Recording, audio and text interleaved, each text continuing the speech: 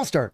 Hello and welcome to the Hawks Nest stream show. My name is Brandon Kane, and I do appreciate you and all of yours for tuning on in. Here's the season winds down, and we got some more prime time action tonight. Not only that, but your Seattle Seahawks season is on the line. It's all riding right here and now. Yeah, this isn't the best of Bears team this year, but they can provide a tough fight. It's on the road, short and weak.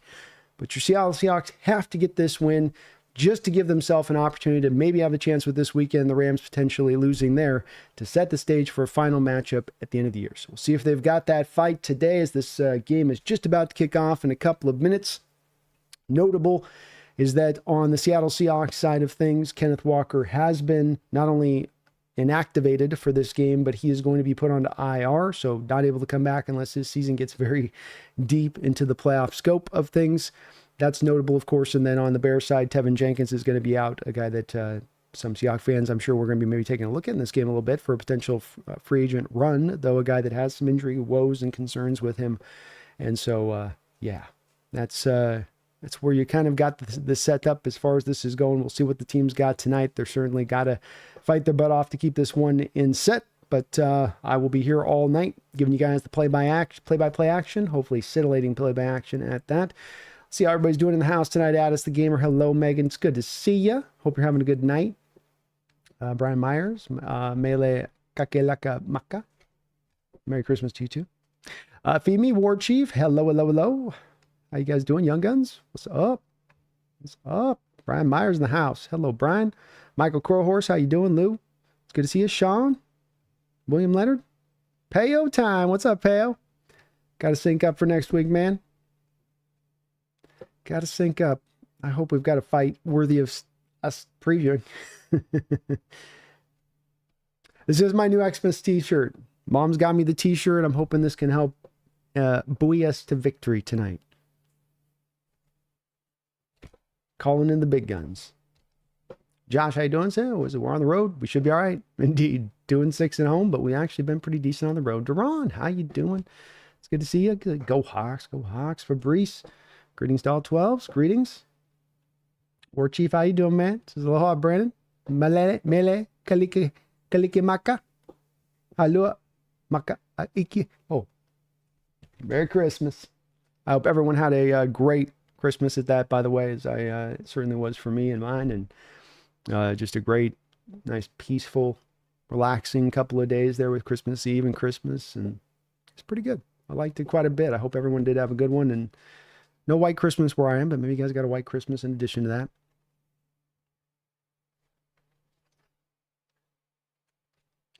We'll be kicking this off in just a couple seconds here.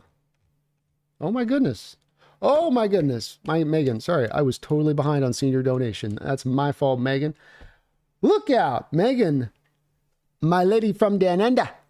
Gawk Roger coming in with a $200 donation. Woo, what a big, coming off the top rope, Megan. No, that's not the top rope. That's steel cage match, top of the cage match. Look, that's got pumpkin hype, Megan.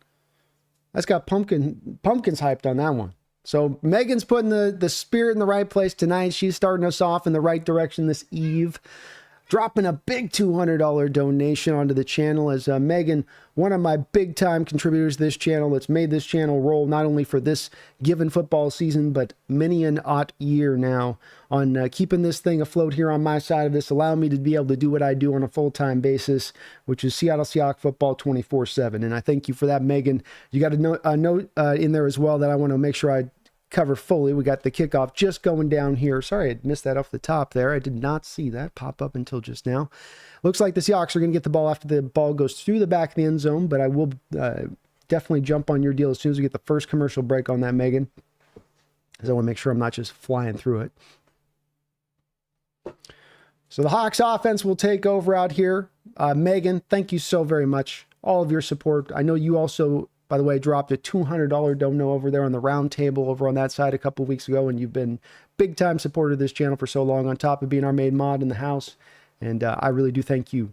Thank you so much for all you do on this channel, not just on the donation front, but also, of course, making sure we don't have the riffraff in here and toxicity bleeding on through it every turn.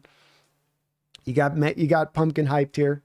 Seahawks are going to start out from shotgun here. Little bubble screen out to Tyler Lockett for 2 yards.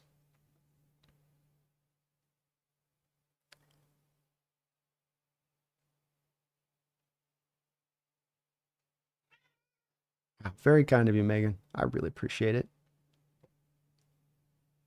I'll give him 3. It's a healthy 2.5. 3-ish. Kind of a foggy looking night here in Chicago. Back under center now for Geno. Hand off to Charbonnet. Outside run. Charbonnet keeping his feet nice through traffic. Plows forward there for a couple of extra yards. Just short of the first down marker. Little stretch play there. Gives your running back a chance to use some of his vision and find the hole where he wants to go.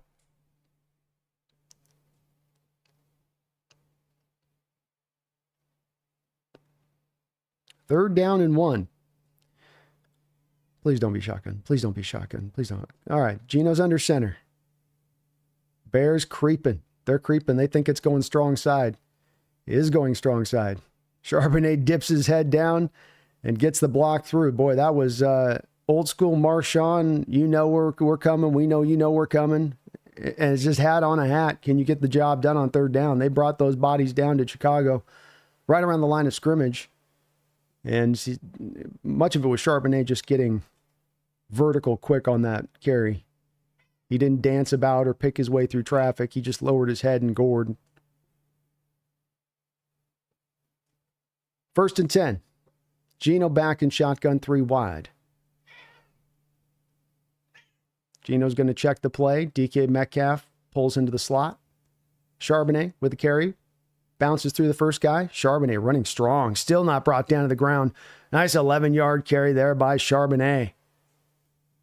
This is the kind of running back you don't want to face at the end of a football season when your body is weary, when your body is tired. Hard to bring down. Lots of Maya coming back across the formation with the wham block there, showing off some of his mobility and ability in the run game again on that run with Charbonnet. Geno Smith back in shotgun. Out to Noah Fant. Fant's got it. Fant getting up the field a little bit. Nice little job of blocking down the field by the wide receivers there, clearing Fant up on a little throw to the flat there. Nicely designed play here.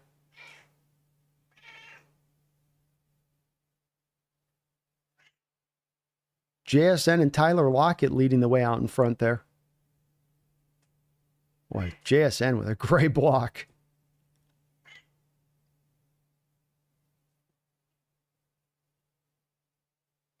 It's kind of wondrous to see Fant with room to move after the catch. 1st and 10, Hawks onto the Bears side of the field.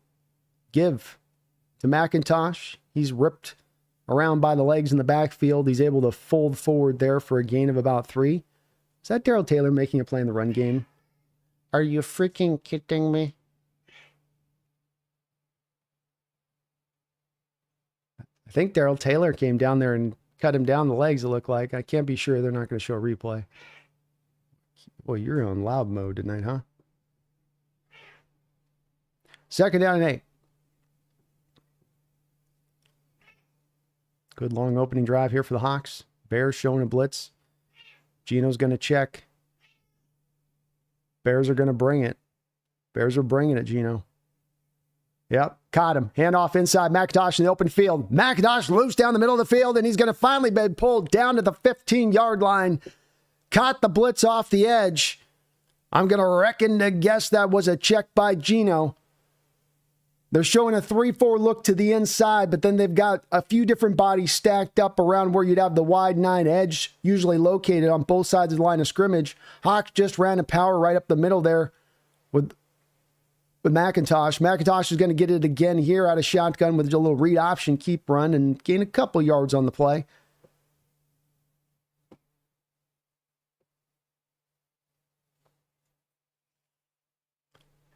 Very nice audible there by Geno. That's where some teams in recent weeks, when they catch us with the audible, they'll then audible back in, but you almost saw the Bears reinforce into their blitz when they saw Geno go to his check. Empty look now, Geno, shotgun. Charbonnet is going to wind back into the backfield here just before the snap. Geno again feeling a little bit of maybe some blitz here. It doesn't come. Four-man look. They're going to give the ball again here too. Charbonnet. Charbonnet's going to take it up the middle and get a nice little gain up the middle there for, again, 5 yards. Good commitment by Grubb early on this drive. Much more of a feeling on this opening drive from what we've had at times during this year from the Seahawks team of being a bit unpredictable in what they're looking to do or what play you're going to get in the sequencing here. You get a little bit of a feel at times on some of these looks of, well, that look feels like a little bit maybe of a run. Oh, that feels more of a pass here, but he's going to the run earlier. Nice way of keeping kind of in front of, I think, the DC of the Bears so far from Grubb's perspective. Trips to the far side of the field. Geno shotgun, dropping back to throw, looking. Ball's tipped up in the air, and Bears defender had his hands on it. Geno was trying to hit Tyler Lockett. Let's see what happens here. He's got a mismatch between Lockett and Edmonds, the linebacker.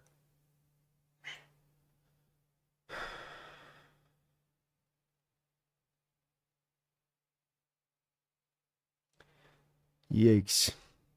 That was a not great throw there by Geno Smith. Not the best of decision-making there in that moment. And again, down by the red zone. Snap down, kick up, kick good, 3 points, good opening drive. Yeah, you've got him trying to attack a mismatch there with Edmonds, the linebacker. Edmonds sinks down on the route the whole way and feels it. He's got another linebacker closes above. They just cinch down on the route all the way. Then just jumps in front of the throw. So he's trying to attack the right mismatch there, but the throw is not, it's not the right read to go there on that spot. You got to make sure you're really feeling him open. And Tyler tried to settle down, but there's another linebacker on the other side of him. You got to be chill, okay? Can you chill? Shh. Cat's having a little bit of an outbreak tonight. Megan, thank you again for the $200 donation. Sorry, here a little late. That was a long opening drive here. But thank you again. This $200 donation is amazing.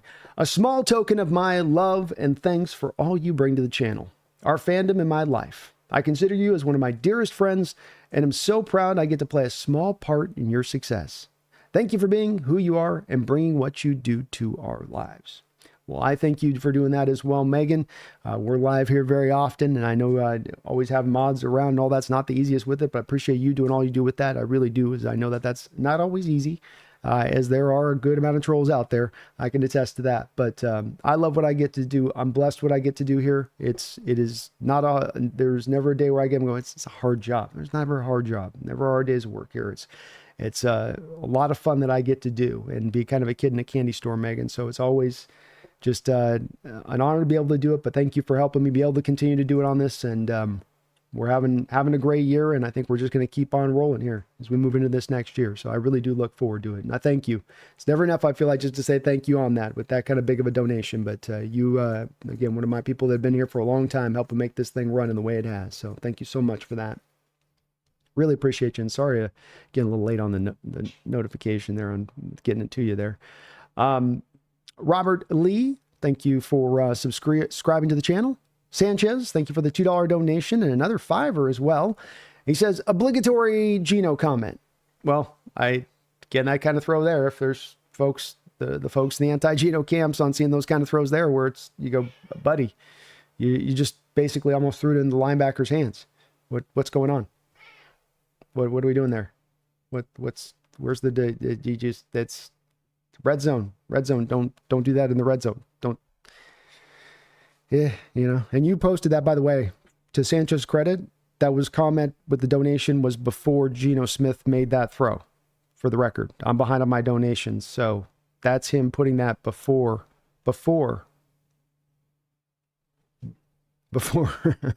he donated that.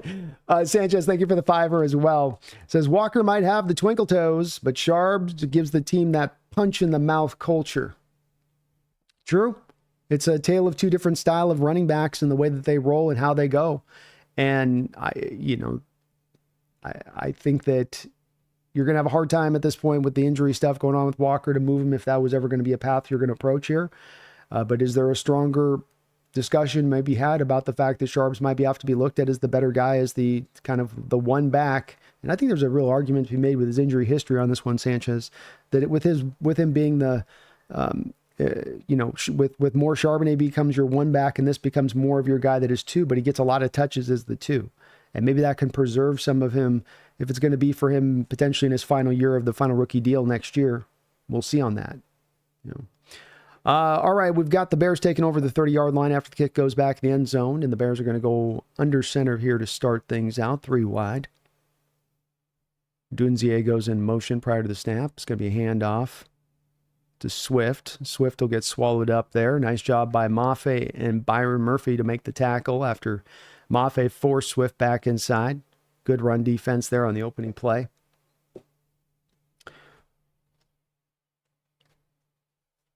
But I like where your thinking's at, Sanchez, on this one.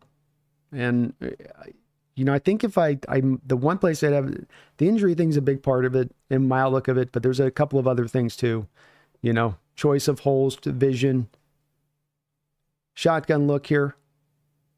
Another handoff inside. Mafe, 2 straight plays. Great run defense. This time he makes the tackle, closing down off the edge and getting Roschon Johnson after only about a 2-3 yard gain there on an inside run.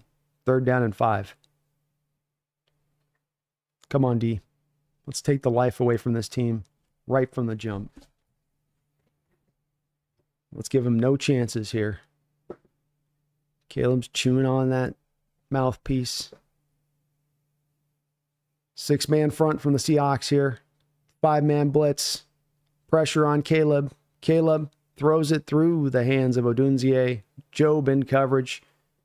4th down. Seahawks did a good job of getting pressure with the fire zone blitz. Make it confusing on the kid. Get him uncomfortable before the snap. That's what you like to see. And Job in press coverage here on Odunzie. It wasn't really the greatest of coverage necessarily. Odunzie does break open. It's a good choice on the throw by Caleb, but Uchenna Nwosu's battering down the doors there on Caleb Williams and just not giving him a chance to really step into that throw or step into it with some accuracy.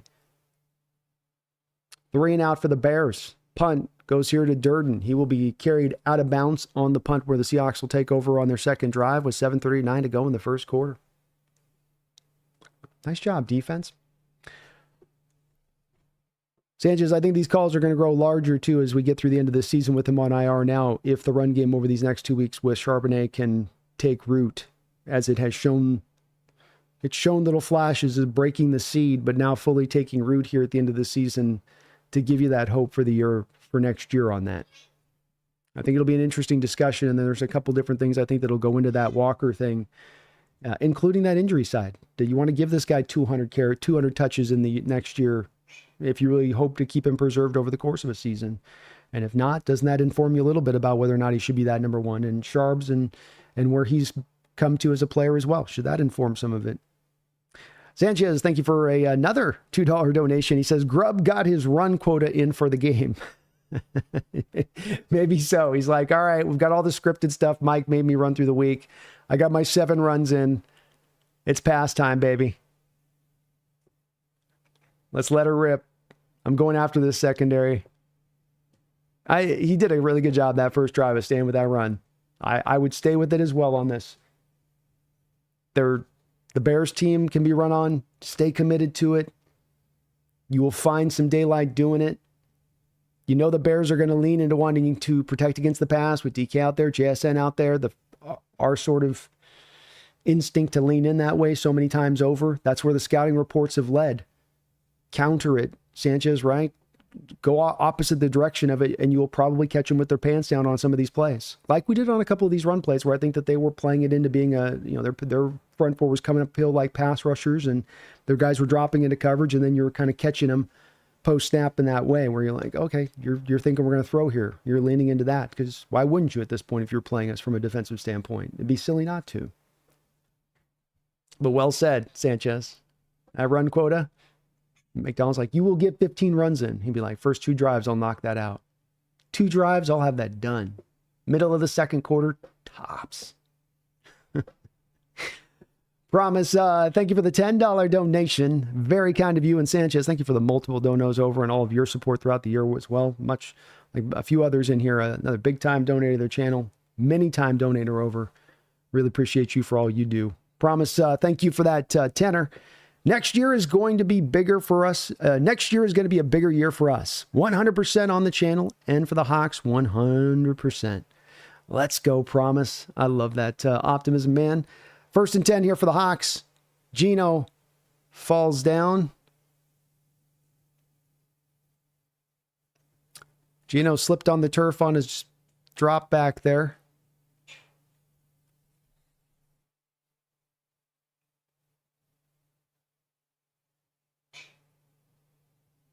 Oh, he stepped on Charbonnet's foot.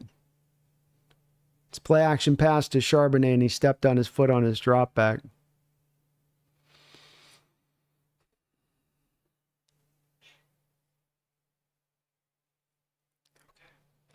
Okay, you got to chill on. 2nd and 18. Gino drops back to throw. Hits Charbonnet in the flat. Charbonnet is getting up the football field here nicely here. Charbonnet, good finish to the run there. Actually gets back the yards lost there on 1st down. A little bit more to make this a 3rd and makeable there. Charbonnet lowering his head there at the end of the run. Might bring this down to like a 3rd and 7. 3rd and 7. Go from 2nd 18, 3rd and 7. So good little gain just for a throw into the flat. Nice short stuff is working here.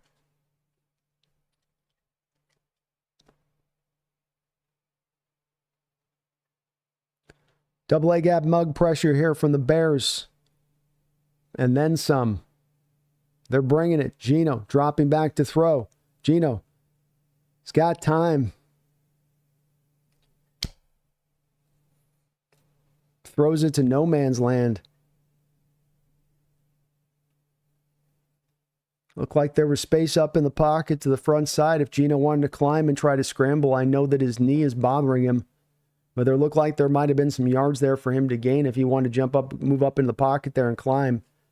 Jackson Smith kind of was open. He just sort of threw it around him to the left side. DK looked open deep. Didn't look to DK deep. What is going on? Boy, Gino having a nice tough start to this night.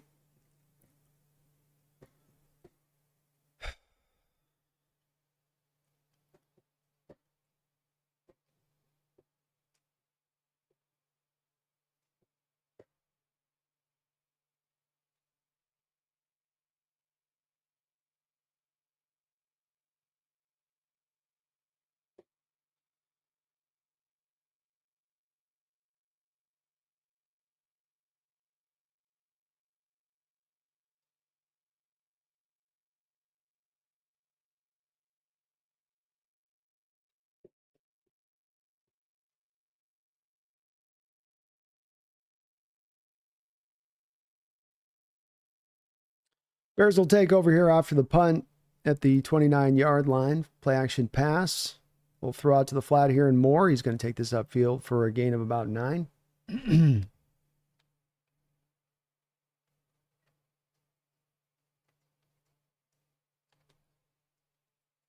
5:47 to go here in the first quarter.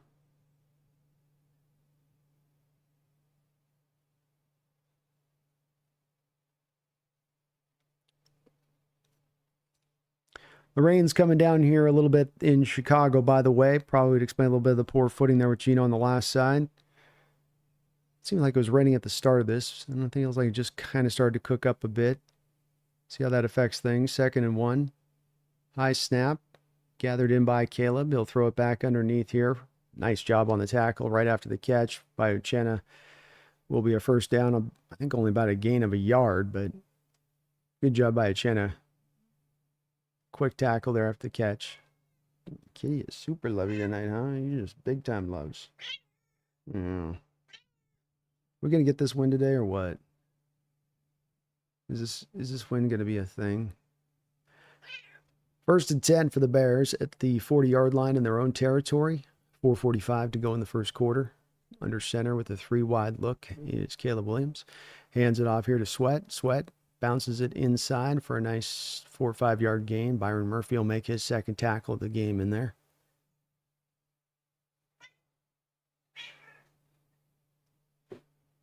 Second and 5.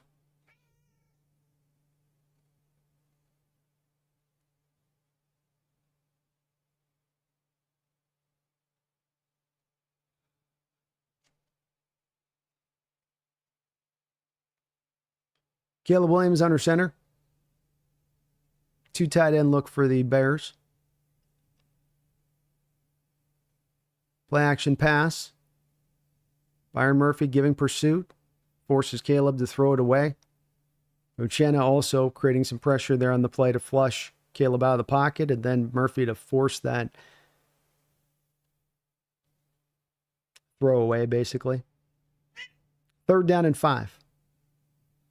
See if Mike McDonald gets saucy.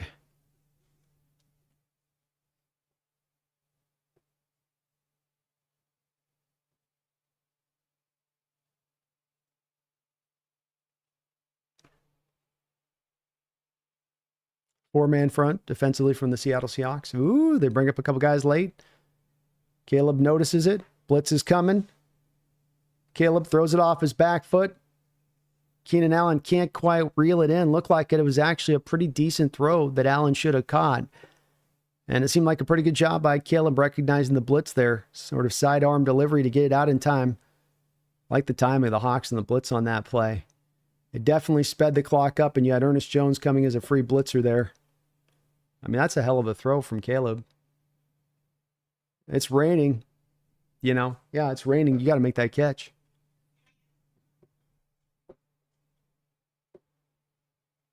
Ernest Jones came free, and he sort of sidearmed it around Ernest Jones, the ball a little bit there to get it to the guy. Oh! Durden catches the punt deep into Seahawks territory at about the 4 and gets instantly taken down at the ankles there. That looked painful. That hurt my ankles. He wrapped right up there. Promise, thank you again for that $10 donation. I'm hoping next year is going to be real big for us. And, I love where we're going with the channel, man. I couldn't ask for more this year. You guys have done everything I've asked, hitting that like button, subbing on up, doing everything we could on that side. And we've had, just what I would hope at least here. We've just been cooking along. So, I think we're going to have a great year. I think we got a lot of stuff set up here for this to be a big time year all the way around. And wouldn't that be great? If it could be all the way around, including our Hawks ripping this glass ceiling, the glass ceiling of good off to get to the great. But that's very kind of you. Thank you so much, Promise, for the $10 dono. I love it, man. I appreciate you. Trey Griff, thank you for the $2 donation. Is Grubb allergic to red zone run plays? I don't know, man. I don't know. It's definitely been too much of it down there at times. To your point, where he and there's times that he'll get sometimes boring with his runs. Where when times Trey he's gotten creative on his runs down there, a little bit of misdirection, a little bit of pre-snap movement. You've found success down the red zone in the run game, but we do seem to get a little bit too pass happy down there. Yeah, I've noticed that, which would be one of the things you might ask when you have a quarterback that's had the number of red zone interceptions or near miss interceptions down there as often as we've had with Geno at times. So are we throwing too much maybe? See, she says yes.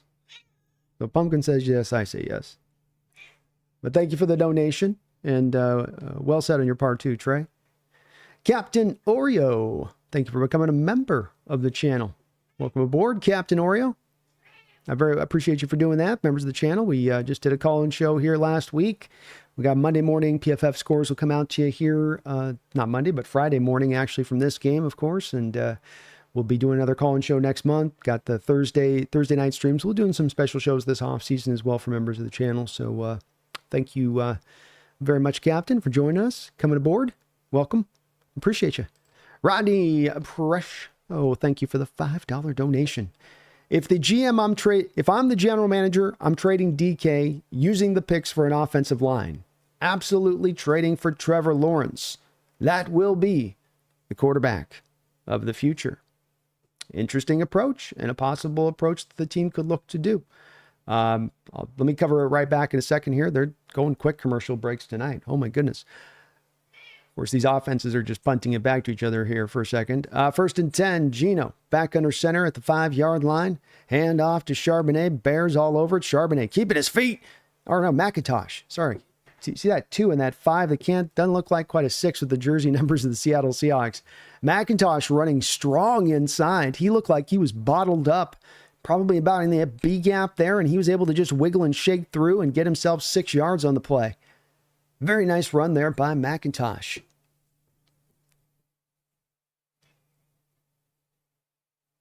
He made that run happen. There wasn't a lot of work that there got done for him. 2nd and 4. Another inside give to McIntosh. And then he comes off that run where he's basically fighting for 3 tacklers and gets 6 yards all on his own. And then he's got a little bit of space there and he trips over the leg of a blocker. You go, buddy. But so he got himself a yard on the play. It'll bring up a 3rd and 2, but it's kind of funny. Previous play just completely looks, and then that play just kind of trips up over the foot. All right, shotgun look here on 3rd and 2. A lot of guys down around the line of scrimmage for the Bears again here. They're creeping. Geno, you can run for it. You can run for it. Oh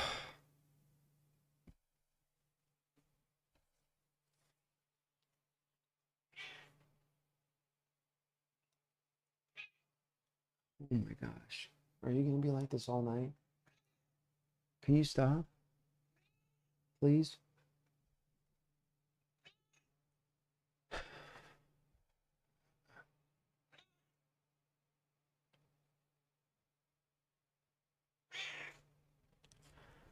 I'm not loving Geno Smith right now where he's playing tonight. That is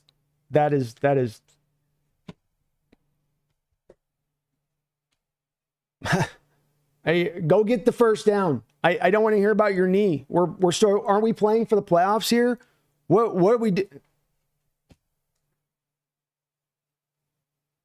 He had the first down and he so is unwanting to run that he'll sit there and hold up and allow the defense to sink back to him so that then he has no choice but to then force a ball into a tight window that's not there and have to throw it in there with too much velocity, too short.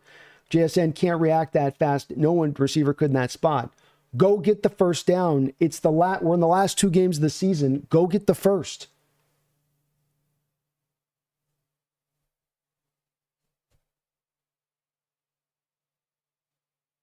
You need 2 yards. You need 2 yards. I'm not asking him to be back here like Lamar. I need 2 yards. You've got a wide open path sitting in front of you, and you pulled back the ball so you could allow the defender to rally up on you.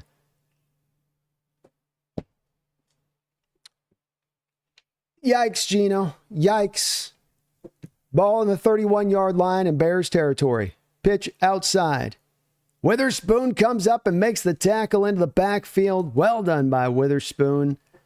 Loss of 3 or 4 yards. Great job firing up the alleyway to get into the backfield there.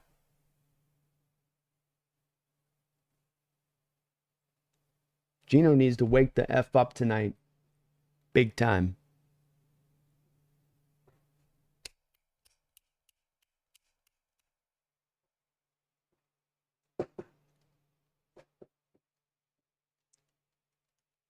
Caleb Williams drops back, throws into the flat here on 2nd and 17. Wow, 7-yard loss. They're able to get a lot of it back here. 2 quick throws into, this has been their early offense for them. Just a quick throw out there to Moore, using his yak ability there, quickness up the field, and he's going to get a lot of that yardage back here on the play.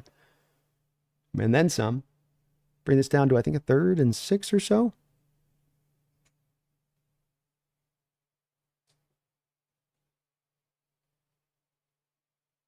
The quick short passing attack is having some success here when the Bears have gone to it here.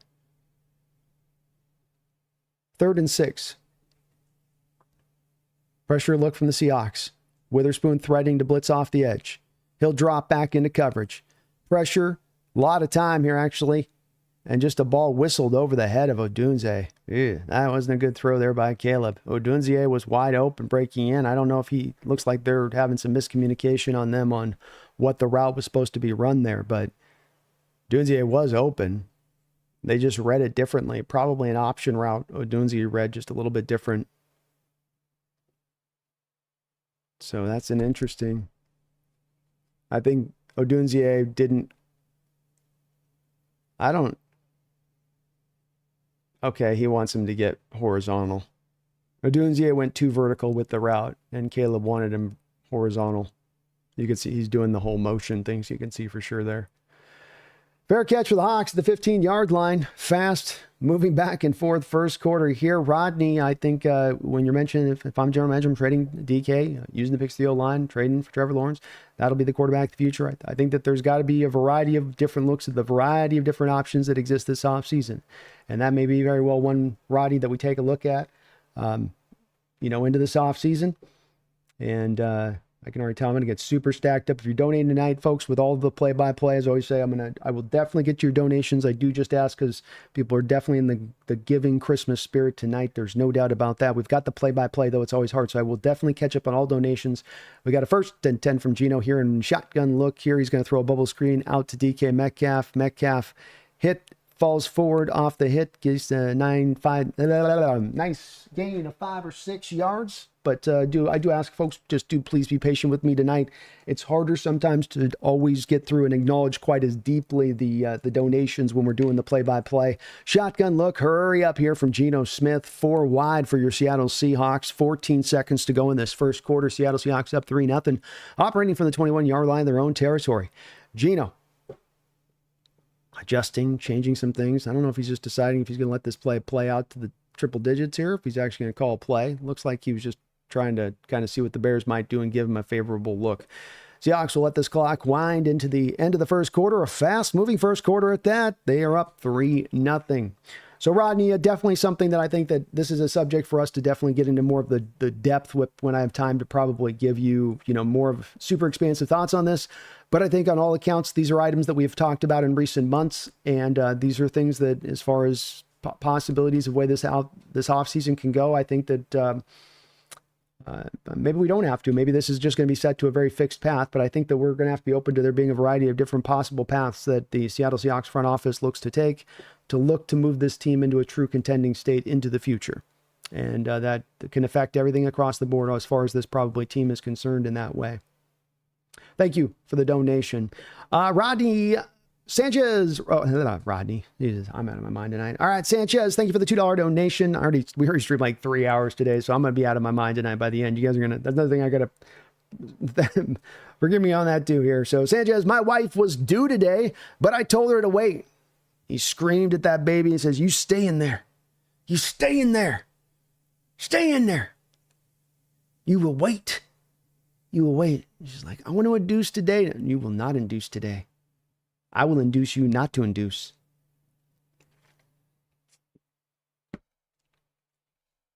Well, you already know your baby's a Seattle Seahawks fan, Sanchez, because the baby isn't coming. And that means he knows what's up. No, Dad needs this day right now. He needs this win. Dad needs this win almost as bad as he needed Christmas. Christmas is a 1. This is a close 2, though. So the baby knows what's up. That's a 12. That's a 12 in that womb, Sanchez. That's a true 12 in that womb. Rick Mang, thank you for subscribing to the channel, Rick. I really appreciate you doing that. And please do sub up if you can, folks. We're trying to get up to the 20,000 mark this year. We've just peeled around 18,500 subscribers. When we get to 19,500, we're going to do a 24-hour stream in the name of charity. So you can join Rick today by subbing up. I'd appreciate that. Or hit that like button if you already subbed up.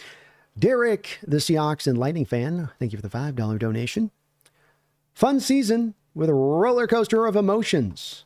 Thanks, B. You should stream a Rams playoff game if we don't make it so we can all hate watch. I very well may just do just that. So we'll see what goes on with it. Maybe we'll figure something. I get creative with it, but I'll probably do some playoff game streams. I always do that every year, and that's always can be a lot of fun. There's less emotion out of it. You can kind of learn a little bit more of what certain teams have that we might be missing, what they do that we don't, what we need to get that they already got. It does inform you that way. So great suggestion, and I probably will be streaming the games. I'll see if I can make my way to doing a Rams game or not. See if I can stomach it. I probably should. I got to watch it anyway for the round table. Inside handoff on 2nd and 5 out of shotgun here to Charbonnet. He's going to take it for a gain of about 1 yard. But thank you, Derek. I appreciate you for that. Sanchez, thank you for all your donations today, too. Really, really appreciate it. Promise, you're awesome. Trey, you too. 3rd and 4 for the Seattle Seahawks here now. So far in this game, they're 1 of 4 on 3rd down. You do like it when it's a little bit more of this makeable territory of things. Geno and shotgun, 3 wide to the far side of the field. Charbonnet to his right.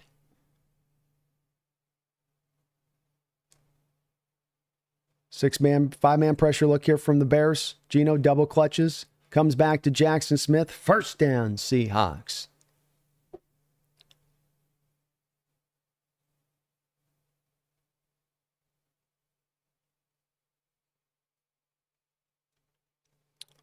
Great a pressure look from the Bears. Good job by Charbonnet to pick that up.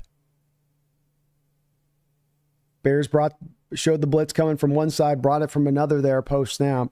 And Charbonnet had to be quick to the spot to pick up the blitzer in the A-gap. 1st down and 10. Geno, looks like he's checking the play. Probably do a run here. He's getting a cover 2 shell on the top. Yep, it's a run. Charbonnet, nice carry down there to the 5-yard line. Best thing Geno's doing right now is the checks to the run in the audible game. It's not the throws at all. It's the checks to the run. Wonderful check there. He got a cover 2 shell on the top. Went back to the run play they had. 2nd and 4. 3 wide. Handoff back inside to Charbonnet. Pulling Lucas back across the formation to blast open that hole. And Charbonnet going forward there for a nice gain of about 8 or 9 yards. 1st down, Seahawks. Run game is working here early. And using those linemen in space.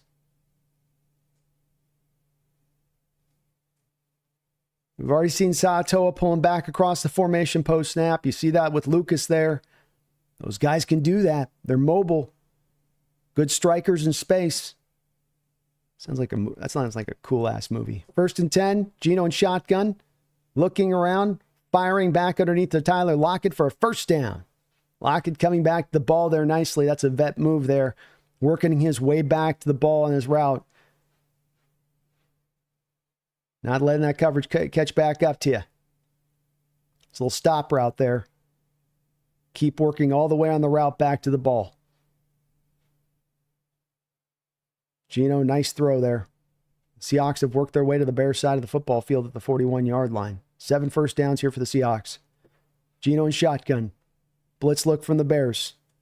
Fires it high to Tyler Lockett. Tyler Lockett takes it on a bubble screen there for about 3 yards. It was a little bit of a higher throw there from Geno, which forced him to have to kind of climb the ladder a little bit there and reel it in first before he could get upfield.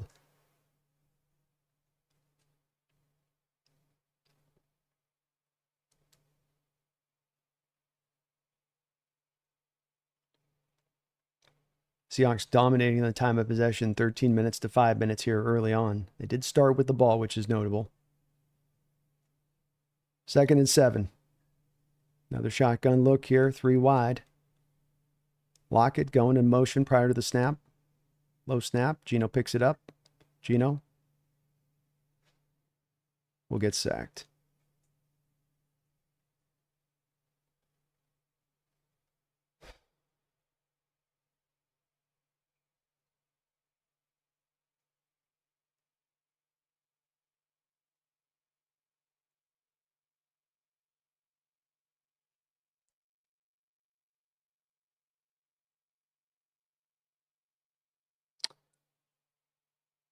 Yeah, I think he wanted to hit DK on a shorter route here. And they're pressing down on the short routes, it seems like, are the Bears. They definitely had a couple guys squeezed in there. Blitz coming, 3rd down and long.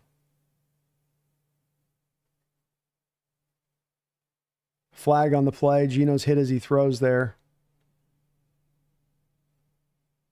We'll see what the flag is.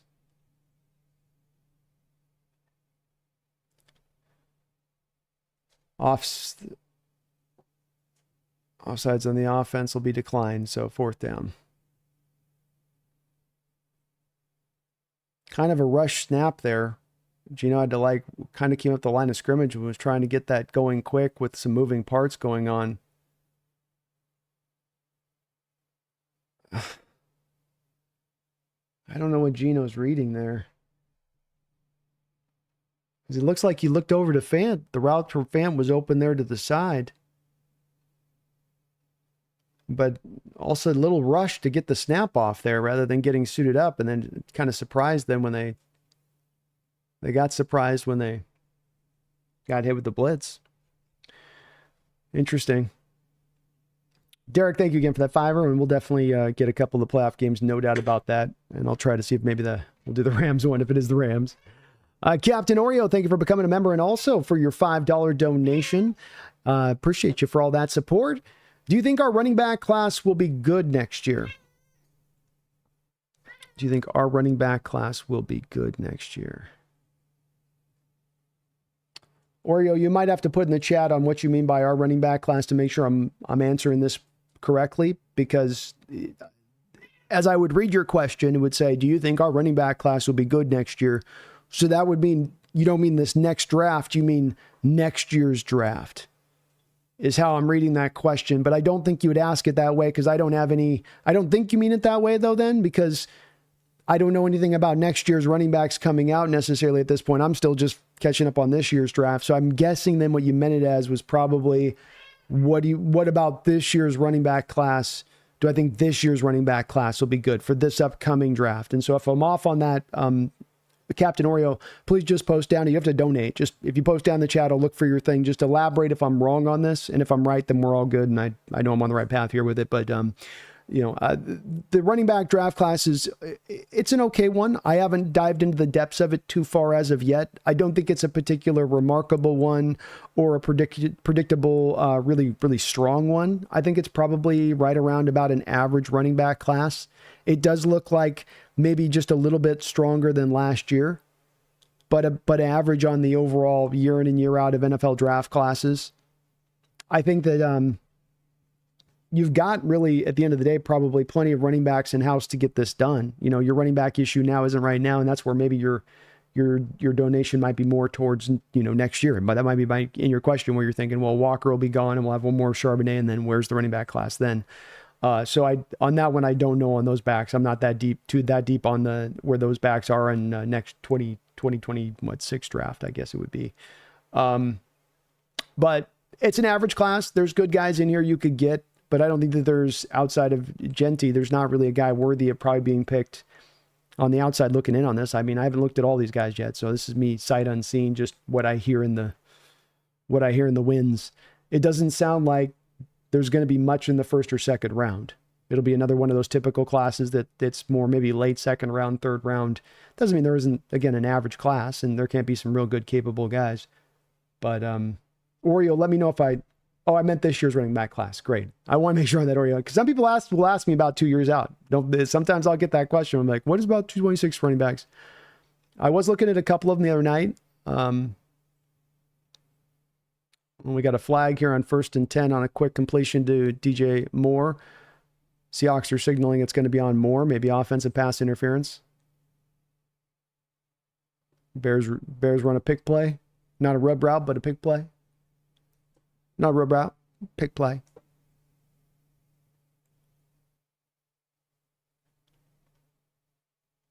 What was that Caleb Williams hand gesture? Is he telling the fans quiet down?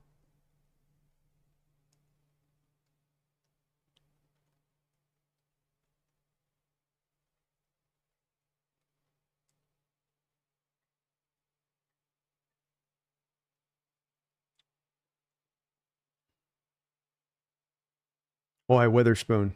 Great job by Witherspoon. Fights off the block, a little quick throw and bubble screen out to Moore. Again, they're trying to work this. This has been the only thing they've had success from an offensive standpoint, have Chicago in this game. Witherspoon rips off his block and goes and makes the tackle in space in the backfield for, I believe, his second tackle for loss in this game in just the first half alone, bringing up 2nd and 17. I mean, this is a play just to get you at least a favorable 3 Nice job by Ernest Jones pursuing, forcing him into Witherspoon, but just a great job of Witherspoon being a badger off the block, just refusing to be blocked in the bubble screen game. 2nd and 17, play clock winding down. Caleb dropping back to throw. Hits his man out in the flat. Will be more and more out of bounds there, but a nice little short gain there for the Bears. They'll get some of it back there. So bring up, I think, right around a 3rd and 9, 3rd and 10. Oh, they got a lot of it back there. 3rd and 7. All right, this is where Mike can go into his bag here a little bit. 8:44 to go. Bears deep in their own territory. 0 for 3 on the day. You've had some success making him uncomfortable and giving this pass protections and fits when you've gone to the pass rush. You've got Jake Curhan at left guard, for the love of Mary. And we do get a 6-man front here from the Seahawks. A lot of map around line of scrimmage, almost a cover 0-like look here. And they're bringing the blitz. Here it comes. They've got a screenplay, though. The Bears got to hit him well with it. They were ready for it. 1st down and more, still on his feet. Oh, they caught the Hawks with their hand in the cookie jar. That's the perfect call for that kind of play, where it's a cover 0 coming pure. And there, you had free rushers coming from one side of the formation, and you throw it to the other side of the formation. It's wide open there. Intercepted. We've got a flag on the play, and it looks like we might just have pass interference here. We'll see where it goes. I think this is going to be PI on the Hawks.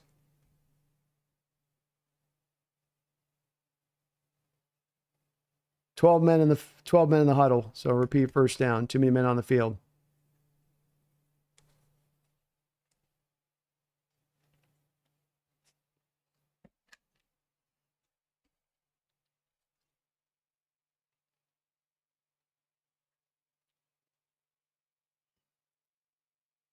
Yeah, Caleb, I think smartly, good vet move by the Rook. I think snapped that ball quick, catching a lineman of the Seattle Seahawks trying to get off the field.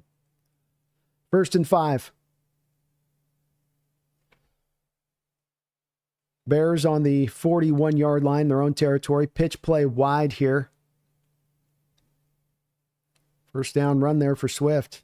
Man, Withers been fighting through 2 blocks. Somebody's got to be coming free behind him, right?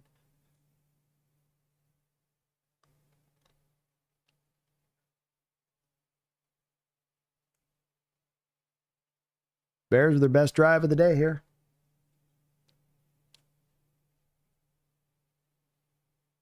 First and 10. It's another run, yeah. That was it. You could feel that run coming a mile away. Golly. Good job by DeAndre Swift to bump it outside and get himself a gain of 2. Good job rallying in space by the Hawks defense, though. Getting to the ball carrier. He tried to leap at the end and do a little bit of that, I'll hurdle you, and he got caught.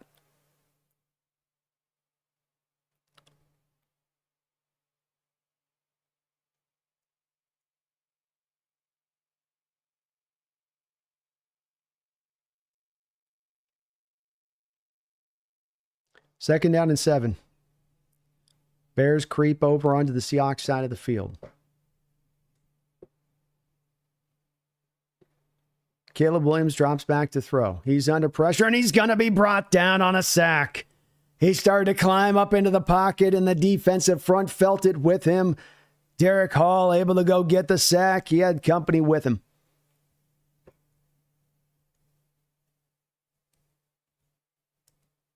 I think Caleb goes and scrambles for the first if he doesn't get taken down there.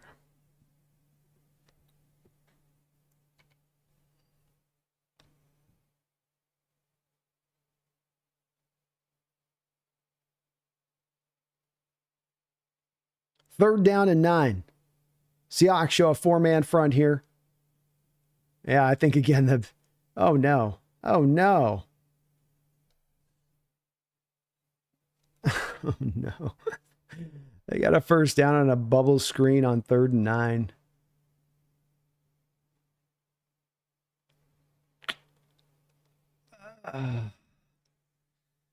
The passing attack from the Bears is really just throwing bubble screens to DJ Moore, and that's enough right now. Wow.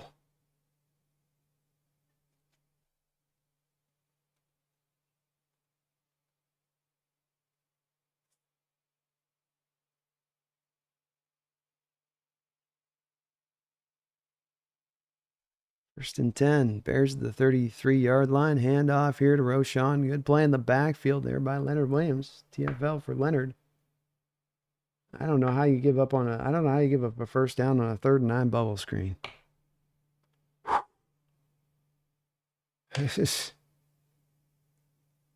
You don't anticipate that's going to be the call when that was the play call earlier in the same drive?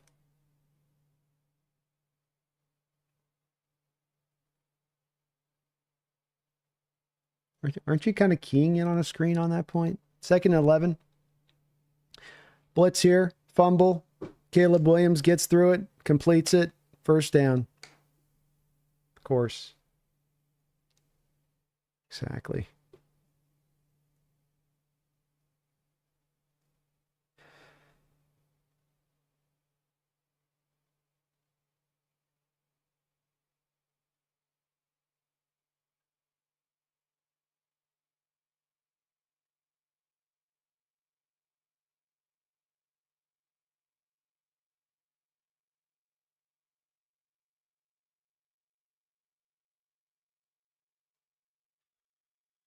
First and 10. 3:41 to go here in the second quarter. Fast-moving first half. Flag on the play. Thrown over the... out of bounds.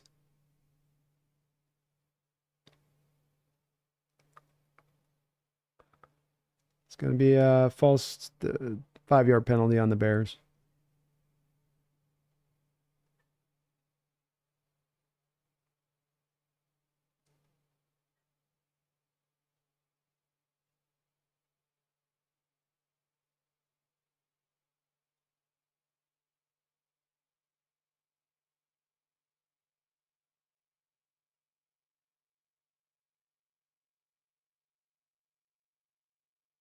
Ten-play, 74-yard drive that's consumed 6 minutes and 45 seconds of the clock will continue here. 2nd and 10. Empty look for the Bears. 5 wide. 2 high shell countered by the Hawks on the other side of it. Caleb dropping back to throw. He's going to throw this up into the back of the end zone out of bounds. 3rd down and 10.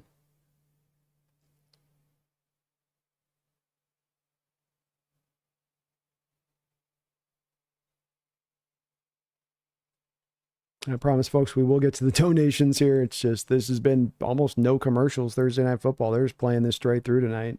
Right? In an hour, we're going to be through that. We will be through this half within an hour of the game starting, almost, which is pretty crazy just how quick it's gone here. Bears, 2 of 5 on 3rd down conversions, but those 2 3rd down conversions came on this drive. Here they go. 3rd and 10. Stack box. Seahawks bring the heat. Caleb Williams is going to get out of pressure here. Throw it back across his body for a touchdown. Chicago Bears. We do have a flag on the play. It's going to be holding on the Bears, saving the Seahawks of a touchdown. They did call the flag before the completion. Looks like that was on Jake Curhan, who's no doubt hanging on for dear life inside there against big Leonard Williams.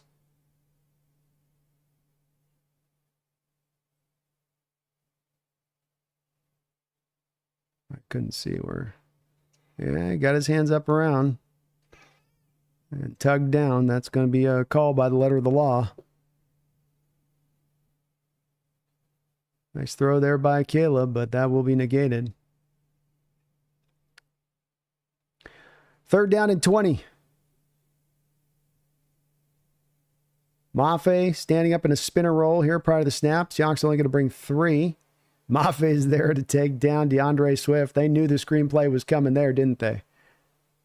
They knew that was coming there. They've been running the whole drive, most of the half, and you definitely anticipated there that you're getting the screen. Hopefully everybody was shouting and screaming it before the snap there on that play, but goes for 3. 4th and 7. Cairo Santos, 19 and 23 this year for the Chicago Bears, will come out and attempt the field goal. Medium length kick here. Neither short nor long. 42-yarder. From the right hash. Snap. Hold down. Kick up. Kick. Good. Game is tied. Captain Oreo, yeah, I don't have a great feel for the depth necessarily in this running back class, and I'll definitely try to catch up a little bit more from where I've been. I think Genty is a legit not maybe generational. We'll go to. I'm trying to reserve that term as much as I can, but he's another one of those players that just comes right up close to knocking on that door, being about in that kind of somewhat area. He'll be a top 10 pick. He'll go at least as high as I think as Bijan Robinson. There's the kid that was at Arkansas the last couple of years. He's somewhere else right now. I can't remember his name. Long-legged runners, kind of a Darren McFadden. You got the Judkins guy out there at Ohio State, who's another second, third rounder kind of guy who's really, he's real sudden. He's got all the joystick moves, spin move, all that stuff. So there'll be some interesting guys. I think that the Genty's going to be from what I've seen early on, the far and away the best. And then you're probably into the depths of the second round, but it's got some good quality to it, I'd say, on the outlook of looking at it. You want to get a guy or find a guy in the 4th, 5th, 6th round who can be workable if you want. You can find that in this draft for sure. And that tends to be most drafts, but sometimes we've had some weak running, like last year's, I would say Oreo, last year's was a weak running back draft. That was one that stands out to me. It was brother, no.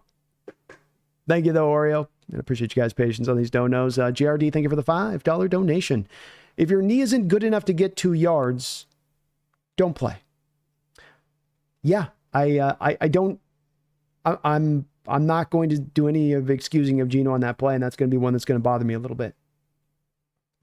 We're deep into the season. This is go time. You've been hesitant to run throughout the year. Here's the thing with the run, doesn't want to run thing. Geno wasn't running before the knee thing. Geno wasn't using his legs enough before any problem with the knee. So the instinct of Geno not going to that has been something that's been kind of continuing on throughout this year. And we got to be real about in that. And I don't say that as this means this about Geno. That it just means that this is something that's would be nice he needs to use. Or else when we start to talk about him, we're talking about a guy who just doesn't, outside some of the movement within the pocket to escape from within the pocket and some of the short space movement, but he's not going to do anything for you as far as actually using his legs outside of the occasional big scamper he'll go and take. But I need you to go get that 2 yards there, pal. Week 16, I need you to, playoffs on the line. You're struggling to start things off. I need you to go get that 2 yards. Get the 2 yards. Your knee wasn't that bad. You didn't want to do it.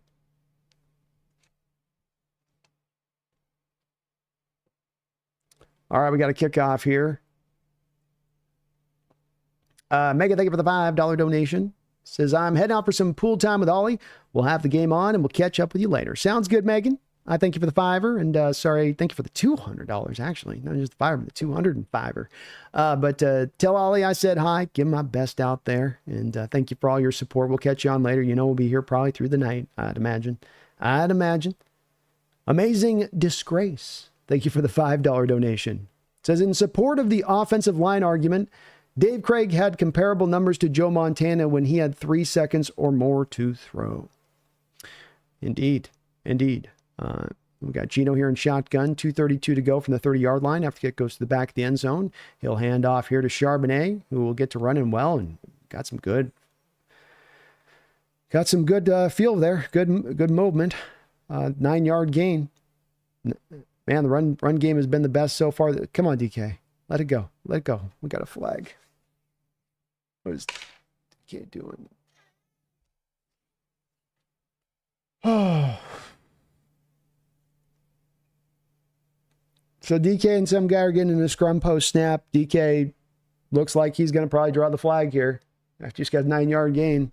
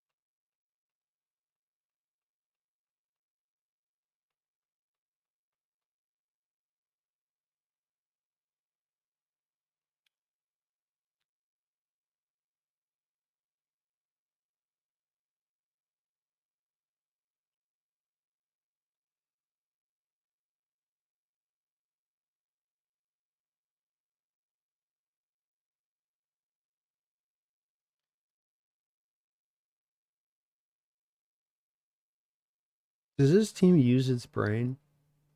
Like, do they actually use their brain? Is it just completely automated mode?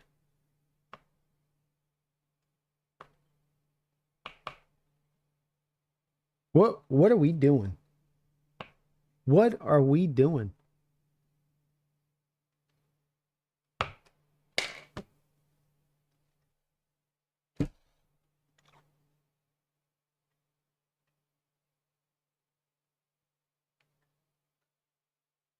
Everybody tosses their brain out of their skull cap. They walk on the field. There you go. I don't need that. I don't need that. Oh, you did it too? Okay, let me get my brain dug out. There we go. We got that sucker out there. Woo! Woo, woo, woo.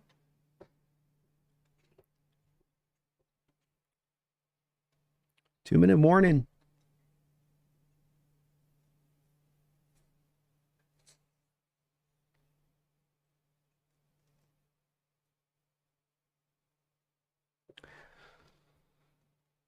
Amazing Disgrace, thank you for the $5 donation, and I think that you're on the right track here. You're not the only, obviously, donator that's also mentioned this and that you'd like to see a lot put to the offensive line. I've mentioned multiple times over, we've not made the offensive line a point of priority, and I want to make that a point of priority, whatever that means. Whatever that means is a counter to what you have to do. If John would have to say to me flat in my face, you're going to do that, then this means this. You're going to do that, then there's evidence, right? If he gives me that kind of tone, the back and forth, all right, fine. Fine. I'm good with that. I'll do that. I'll do it. I want an offensive line that's the strength of this team. You got to a Super Bowl in 2005 with your offensive line being the strength of the team.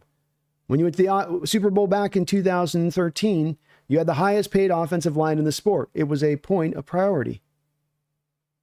You mentioned about Craig in the 80s. I think that's as a good spot. And even there, I would say that wasn't even the greatest of offensive lines. That's one that would pass protect well because of their heavy amount of runs that they would do that would get the defenses leaning into the run game. And then you could just almost be good in pass protection because the defense was so worried about what you're doing and how you run against them so often. And that helped out. But we need to get it with actual good offensive linemen, quality offensive linemen to make this thing go at this point. It's not going to work going with secondhand parts. And if you've got to offload from a different positional group, if you've got to take resources from a different positional group to make this happen, I think this is a must at this point. And I think it's the one place that there's so much disagreement in Hawk fandom and most fandoms for that matter, and how to build these teams and put these teams together right. I think this is the one place that is unanimous in the people's outlook of what they want to see done and what they think are the proper steps. And like, we're almost all in agreement. We're all in this one room, and everybody, and John's like, everyone in favor of building the offensive line the number one priority for me this offseason. Every arm raises up. Every arm in the place goes, me. So I think that's where we're at with it. I do.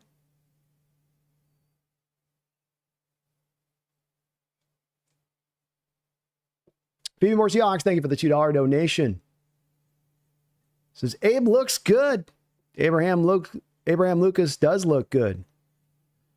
2nd and 16 for the Seattle Seahawks after the 2-minute warning. Geno drops back to throw. There's a blitz coming. Seahawks got a tunnel screen going. Good time for that tunnel screen there on the play.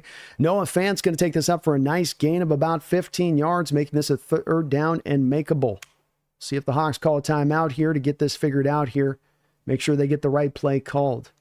But Abe Lucas looking like he's getting back into form here, getting his legs back underneath him. And I've seen the same thing. He's looking solid, steady out there. Good to see him, that they're comfortable with him pulling in space, feed me. And very encouraging for him in the future, because even if at the very least you can build off the back of having Lucas and Cross going into this offseason and that with confidence, it's better than we were last offseason just to begin things.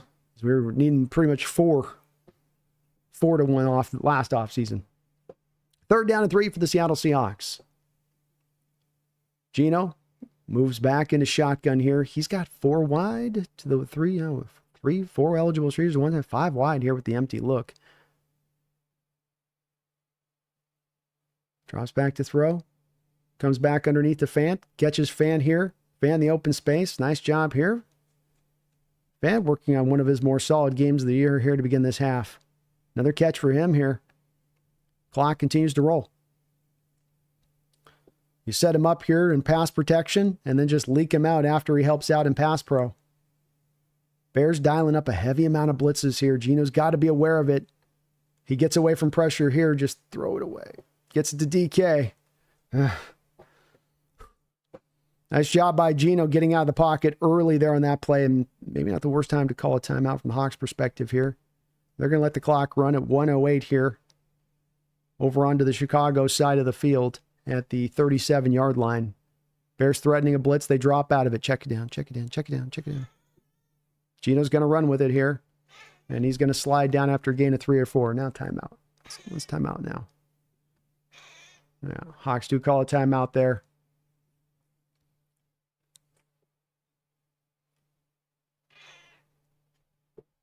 Yeah, sometimes it's just take a couple yards. You don't need to go get 10 yards. Just go take 4 yards, slide down, protect your body. You don't even have to take the hit. If it's third down, you're going to take the hit. I don't care. But he can go get those yards right now. He doesn't need to be a big scrambler and go pull off another one of those 50-yard runs like he did, I think, Denver week 1. But just go, fall forward for a couple yards on first down if it's there.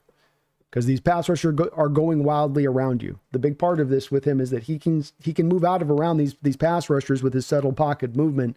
Then they're going to go around you, and there's going to be an alley that opens for you as a quarterback, where that's where the opening happens for you to then go take that run on those couple of yards at that point. But you got to be decisive in when you take it. It's that timing of the moment. We're drop back, dump bump. Okay, pass rushes by me. Okay, they've sunk by me. I climb, I go. Whereas, okay, they're by me. I climb up in the pocket. 1,000. Now I go. That 1,000 beat is just enough for the linebacker to climb back up from his coverage drop and get closer into space with you, where that number of yards goes from you getting a 3, 4, 5 yard gain to, oh, now you get a yard gain and you got to slide. So you got to time it up just perfectly to make it happen. Thank you, Vimy, again, though. He's looking good as Abe Lucas. Real Cheese, thank you for the $5 donation. Man, if K-Mac can keep playing more effectively than K9, we could move off of K9 and save money longer. It is nice seeing good inside runs, not dancing. Yeah, I think that with Walker, he's had some of what's gone on in a lot of ways, and these are such big subjects, Real Cheese, on some of these points, because there's so much to dive into all these questions. It speaks to your guys' depth of intelligence on what your guys are putting in these donations, is that a lot of these donations and your questions with it, there's a lot here to unpack. With my typical style and stuff, it would take me kind of 15 minutes to give you the ups and downs on this, and Walker's a really good player, but there are parts of his game with this Real Cheese where the vision, the lack of decisiveness, the not always choosing the right hole or the right direction to go down, the fact that, you don't always then get with him those consistent runs that you'd like to get in there of, hey, I'd like to have gotten that 4 yards there. I'd like you to just go down and get the 3.5, 4, 5 yards there instead of, dancing to the outside and taking a negative 1 yard loss because you thought you could maybe extend it. And McIntosh is going to be more decisive than that. Kind of like Charbonnet, they have to be, because they don't have that speed to fall back on where they can pull that move. And, Walker, it does have that extra gear, and a part of why he's done that dancing, you might say, or a person to be a proponent of Walker would say, well, he's done that much dancing because you've not given him the holes. It's like a quarterback. You get him hit, and again, I'll get back to this donation in a sec. We're right back to the action here. 53 seconds to go. Gino back in shotgun, 3 wide. You guys are going deep topic on me tonight. Charbonnet inside handoff here on 2nd and 6. That'll be a gain of 1.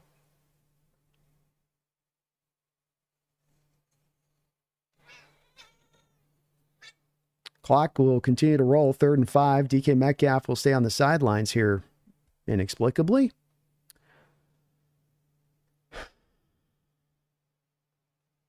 Clock will continue to wind. What is going on?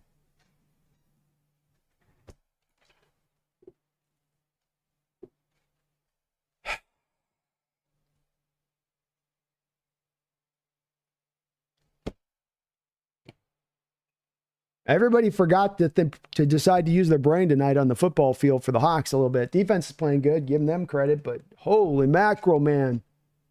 We're going to call a run with...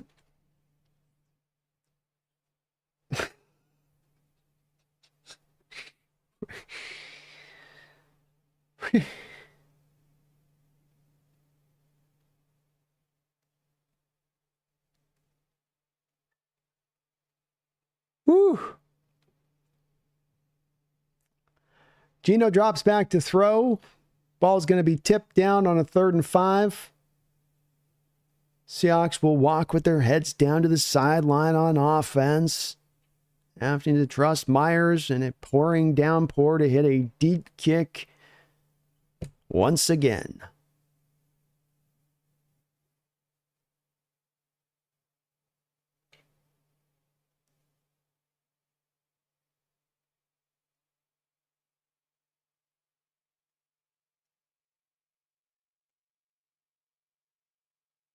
$50-yard field goal attempt in the rain.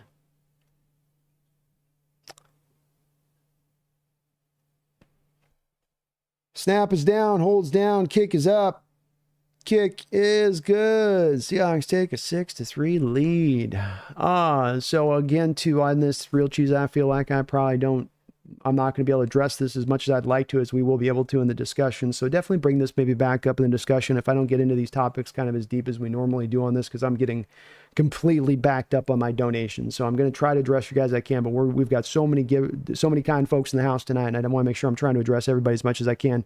And this game is humming fast. Like, this thing might be over in under 2 hours at this rate. So big picture stuff, Real Cheese. Walker defenders would say, look, the reason he's doing this dancing, the reason he doesn't trust the hole is rarely there because he's hit so often after he gets the carry. How can you hold that against the guy when you want him to use that creativeness, when you want him to use that improvisation? And maybe that's a bit of a good counterpoint punch to it. I think that there's not in a position at this point, Real Cheese, where Kenneth Walker is going to get a contract extension. I also don't think, with the injury history as he has and coming off what is going to be probably his most disappointing what is going to come out as the most disappointing year of his 3-year career here in Seattle, that his trade value is going to be at his lowest, meaning that John's got to basically give him away for peanuts, which I just don't think John's going to do. When probably the real answer here, and the answer that I would lean into what they've done in the past, is they're going to run into the 4th year of his rookie deal. So he'll play out the 4th year of his rookie deal. You call it a day. You say, thank you very much, Walker. Hopefully you get a compensatory pick on the other side and you can recoup some value by next year. But the real question there is going to be down between, is it Charbonnet, is it Walker, not McIntosh.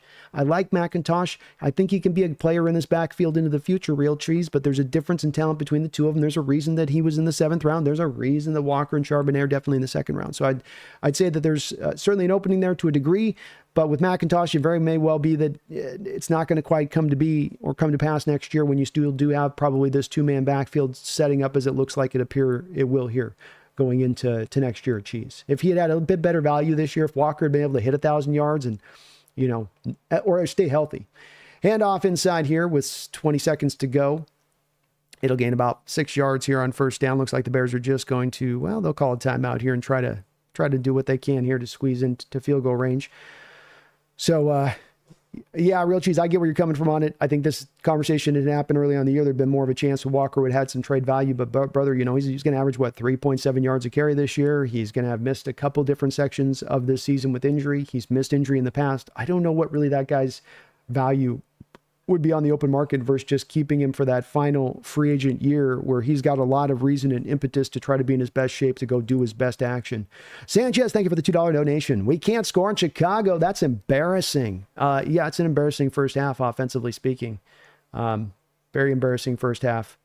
I'm not going to excuse the way to anything but that. And you've run the ball pretty well.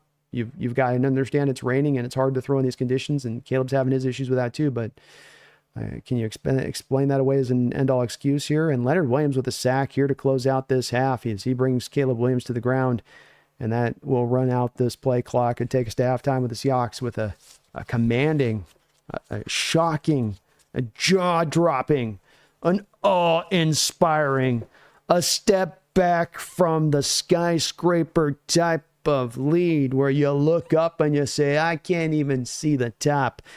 6-3, the score.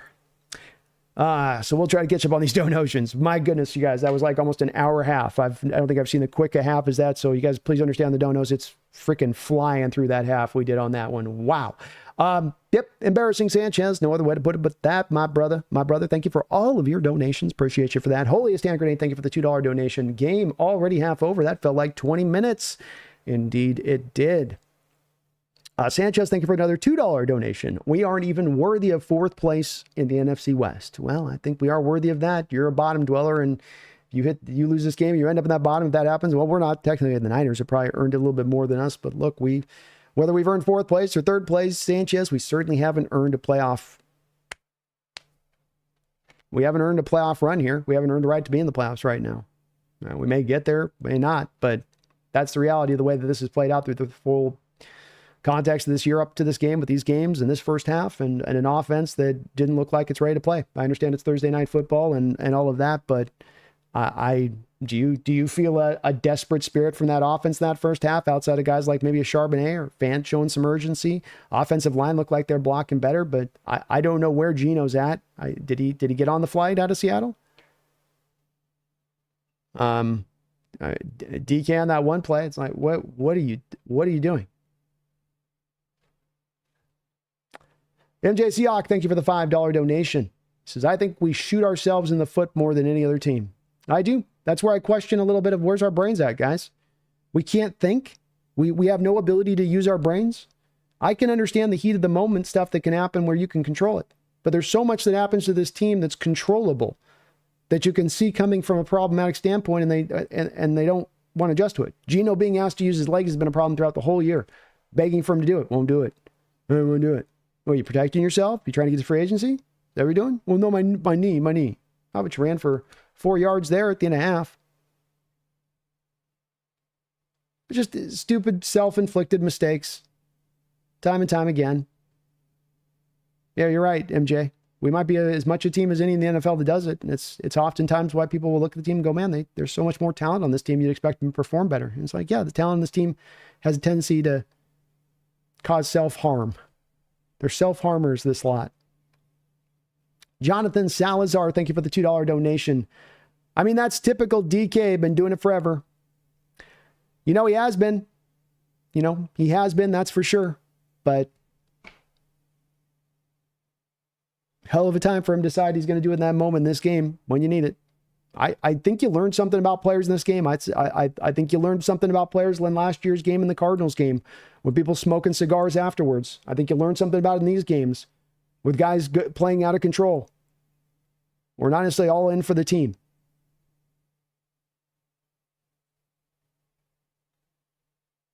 Just get 9 yards in the play. You got to just put your hands down, and DK's wanting to bully up on it there and do extra.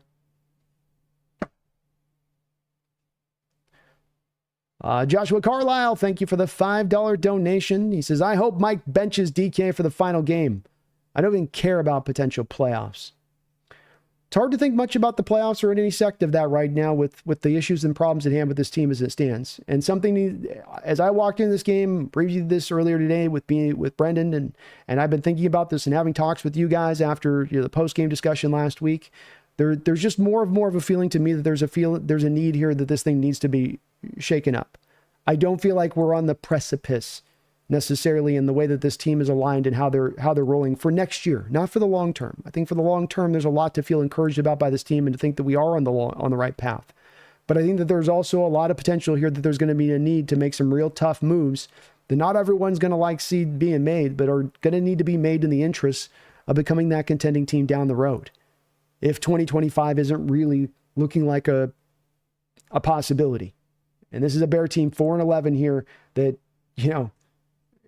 that they were thinking about Cabo a month and a half ago, and you've got a 3-point lead. They have Jay Curhan playing left guard. You got a 3-point lead.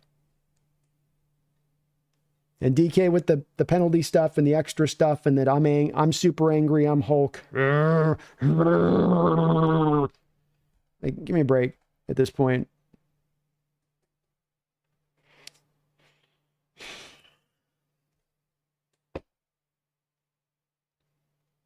Alex D509, thank you for the $2 donation. Says DK equals Hawks Ring of Honor.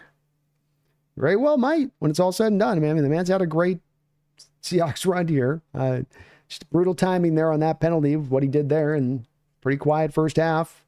He was open on that one deep play where Geno wasn't even looking at him early on, so I don't want to characterize it as all purely bad, but that was just a tough moment for him to do that there. Washington Fistquest, thank you for thank you for 38 months. 38 months, over 3 years as a Hawks Nest member. Thank you for that. Says, fun fact, Hawks great Devin Hester was once a Bear. Well, thank you for that fun fact, man. Indeed he was. Devin Hester, man, what a returner. We could use him right about now. We could use him about right now. Peter Van Gent, thank you for the $5 donation. Some late season luck would be dope. Playoffs would be good XP for the youngsters, so next playoffs isn't their first rodeo. I'll certainly would take it if we could get in. I'm speaking to earn or not, but I'm not saying I'm going to turn it away. If you're going to give me the golden Willy Wonka ticket, I ain't turning down that ticket. So if that's the way that this goes, I'll take it with that way too. It'd be nice if we could kind of earn it a little bit, not back our way into this sucker. That'd be good. But I agree, man. There's nothing but good to come if you can make the playoffs. I'm not one of those guys that's ever about tank or doing any of that stuff. I'm like, do all you can to try to go get that dub. So man, let's make it happen here. Let's make it happen, man. But thank you for the $5 though, Peter. Taker to 610, thank you for the $2 donation.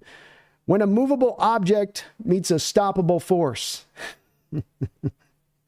I might have to, that might be the title that I steal Taker for my wrap-up video tonight when I post it, you know. That might be the one that I have to go to. When a movable object meets a stoppable force.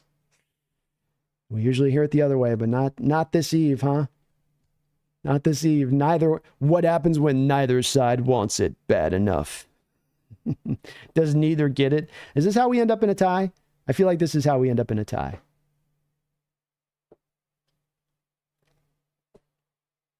Hawks, fun. Thank you for the $5 donation. Says it feels like the team is much more closer to being a team picking number 1 overall than a team that wins the Super Bowl. You're touching on a subject that's one that I have felt for a couple of weeks growing inside of me as more of a conclusion of where we are at. And it's one that I felt more firmer coming into this game, and this first half is only further reinforcing it in my outlook of it, which is that we want as fans to believe we're ready next year. We're all dying for that contention. It's been years since we've been that good of a team, truly. We have one playoff win since 2017. I understand that the fan base is hungry, starving, thirsty. I'm with them on that. But I do worry a little bit that this team keeps tricking itself year in and year out of thinking it's this close when it's this far away. And one of the worst places that you can end up in football is purgatory. And you end up in purgatory not because you aren't good, not because you don't have talent. It's that you're not great. You're good, but you're not great. And I look at this team right now throughout this year. I look at the way you've played the quality opponents, those teams that are the tests, the true challenges, you know, some of the better, not the best of the best, but some of the more gooder teams in the league. And you don't stand toe-to-toe with them. And that leads me more to believe that this is one that we would be better suited to take more of a 2-year outlook on this thing, more of a, okay, this offseason is not about aggression, but being intelligent. And that's what's got to inform us if it's one versus the other. Jordan, thank you for the $5 donation. I have to defend Geno on that run. There was a defender on him, and he was just getting past the line of scrimmage. I don't think he gets that 2 yards with his legs. Well, I don't like the other decision on the play where he's throwing late into traffic and there's no separation. So I don't know if the counter on the decision there was any better as far as a choice there, Jordan. I would, if this happened in a vacuum and that was on one play that had happened this year like that in that situation, I'd be willing to give him the benefit of the doubt and be like, oh, well, maybe he felt it on that play. But they showed a really great angle that showed him having an opportunity to make the choice to run early, and he held up. And when I've watched Geno Smith this year, especially on the All-22 tape, Jordan, and you relook at some of these games and the moments where he could have had an opportunity to escape the pocket and go get some yards, the keynote thing that stands out to me is that it's when he's a beat late leaving the pocket that he gets corralled up, because he won't make that first choice to go, because there's almost like an inherent mechanism that clicks into place where escape this guy, escape that. Okay, bounce to the front of the pocket. First down marker there, 5 yards ahead of me. Huh. I don't want to run. And then he holds back up and does that move where he starts to resurvey the distance of the field and the horizon line, and then take a couple seconds. And like he did there, all he does is allow the defender to then gather up on him, and then he makes the runs look any more piddly at that point. I would like to see my QB go get that 3 yards there. I'd like to see my QB get the 3 yards and fall forward for trying to get into the playoffs, for playoff contention there. I'd like to see a little bit of that heart there. I've seen the guy get up to 19 miles an hour. I know the knee's ailing and he's not at 100%, but I'd like to see that play out there where he stopped short. Because you can't say one thing, Jordan. We've not had one moment this year where he's tried to go get a first down running the ball and he got stopped short falling forward. Have we? We haven't had one single one of those moments throughout this year, which is a little bit of what I'm kind of talking about on that fact of he's not using his legs. He's avoiding using his legs. It isn't being cautious and careful. It's avoiding using it, which, okay, if that's the part of his game that the way he's going to roll go in the future where, well, he just doesn't want to use legs anymore unless he really has to, unless like really the game's on the line, then he'll be like, well, okay, so he gives us no mobility for the position. Okay, got you on that. Or no willingness to use the mobility in the position outside of what it is in the sort of the phone booth of the pocket. So that's just my outlook, but I get it. You might see it differently. Mark Sanchez, thank you for the $5 donation. Appreciate you for the $5 on that. Says, Kirk Herbstreit hit the nail on the head. Geno is locking in on his primary target and not going through progression. This offense is not for Geno. New quarterback or OC. Certainly he's not looking comfortable in this offense as we go along through the year. He's looking less comfortable as we go along through the year. The pass protection has gotten better through the course of the back end of the year, which you think would make Geno feel more comfortable in the pocket and sure in his reads and able to get to the open guy more often. Instead, at times, he looks less comfortable. I understand there's the Packer game where that one was a little bit crazy on the side of that, but we've had the Cardinal games in there. You've got the Niner game in there where it was more improved. We got this last week in there with the Vikings where I think it was more improved than it's been. Yet he's not getting comfortable necessarily back in there. Not a lot of progression read going through there with Geno. He's also like the throw. They had one to Fant on a 3rd and 7 where Fant looked like the outbreaking route was there and you could feel the coverage zones dropped away from where the route was going with Fant. And he didn't go to the throw there. He sometimes will look to the target in the spot you think he's going to go, but then doesn't decide to pull the trigger on it for whatever reason either. May not be a fit there, Mark, to your point on that. Just, may not be a fit with it. But yeah, I'm not sure we saw a lot of progression reading in that half. And this Bears, let's face it, defensive line, they're dialing up a lot of pressure. The place the Seahawks offense can definitely counter some of this is finding a little bit more of the screen game being worked in here because the Bears are just dialing it up right now.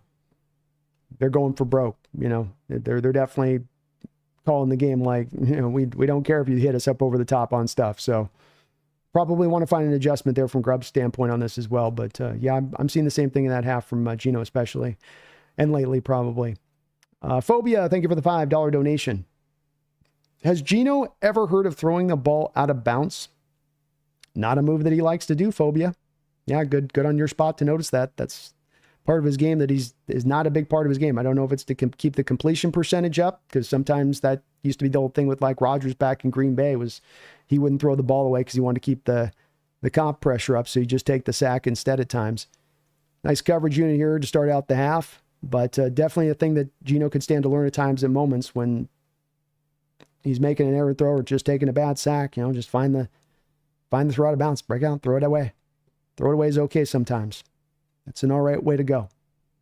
But thank you, Phobia. Rain on the cut. Thank you for 17 months as a Hawks Nest member. He says, ugly game so far. Keep running the ball. It's working. Indeed, it is working. And the Bears are going to start out here with a 3-4 look from the Seattle Seahawks. Caleb Williams under center. He's going to play action pass here. Uchenna Nwosu got a little bit held there by Odunzie, but didn't get called. Nice job by Witherspoon to rally up and force Caleb out of bounds before he gets much more than a half yard on the play. Thank you guys again for all of the donations. Phobia, Mark, Jordan, Hawks, Taker, Peter, Wash Fisquest, Alex, Joshua, Sanchez multiple times over, Real Cheese, Megan, Amazing Disgrace. You guys are amazing. I just caught up to all the donations here. Been about an hour behind on that, so sorry about that latency as well. But thank you guys for all of that support. 2nd and 10 here, 14:26 to go in this third quarter. Seahawks up 6-3. Bears with a 2nd and 10. Caleb under center with a 3 wide receiver look. Hand off inside to DeAndre Sweat. Sweat drugged down the ground, but not before a nice little gain. Boye Mafe with the tackle. To your point, Rand, about the run game, Zach Charbonnet, 9 carries, 50 yards. Kenny McIntosh, 5 carries, 37 yards. You got a 6.1 yard per carry average on this game. Let's stay with it in that second half. A lot of success there to be had. Can for me, folks, do please hit that like button. It does help out this channel greatly if you haven't had a chance to already. 3rd down and 2 for the Chicago Bears. 13:43 to go here, third quarter. Rainy, wet day in Chicago, wet night in Chicago. 3-4 look from the Seattle Seahawks. Handoff inside to Roschon Johnson. He's dancing around in the backfield. He's going to be drugged to the ground. Nice job by the Hawks defense. Boye Mafe playing a whale of a game in the run defense. Jaron Reed in there, but it was a lot of bodies. It was Ernest Jones. It was Love. All doing their part on that play to make sure that that stayed down, and that's a big stop as you're too deep in the territory to go for it if you're the Bears with this down in distance. Hey, how about Byron Murphy working off the nose tackle there? They went right at Byron, running the nose off the 3-4. Byron just staying stout, letting everybody else kind of collapse in around him. That's what the nose tackle does. Why don't you see flashy snaps from Byron Murphy, they say. Why doesn't Byron Murphy do more, they ask. Well, because of that. You know, he's that point of, he is the point of attack there in the run game. It's power, it's short. You got to stand up and you got not only that first set of hands, but a second set of hands pushing down on you, just trying to get a bare minimum baby push just to get a little bit for that ball carried out of just a slice of an inch of life to go and then get that first down. So great job by Byron at the centerpiece point of that play, holding that thing up to allow the defenders to get around him and rally to the ball.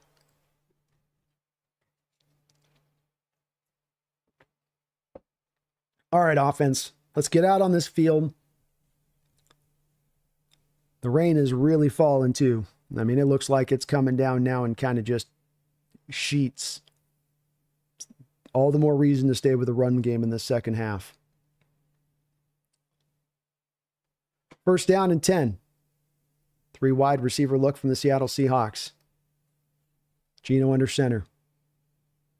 Charbonnet in the backfield. Sharps play action pass. There we go. Throw it down to Charbonnet. He gathers the ball in. It took him a second there to kind of reel that thing in. It's wet. It's hard to catch this thing right now. He'll gain of about 5 or 6 maybe. A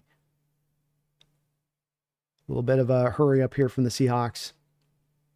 Probably back to a handoff, I bet. I would be willing to guess this is back to a handoff. 2nd and 4.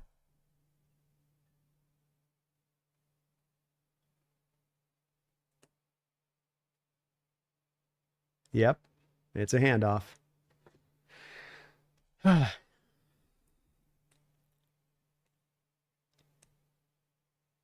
Well defended by the Bears.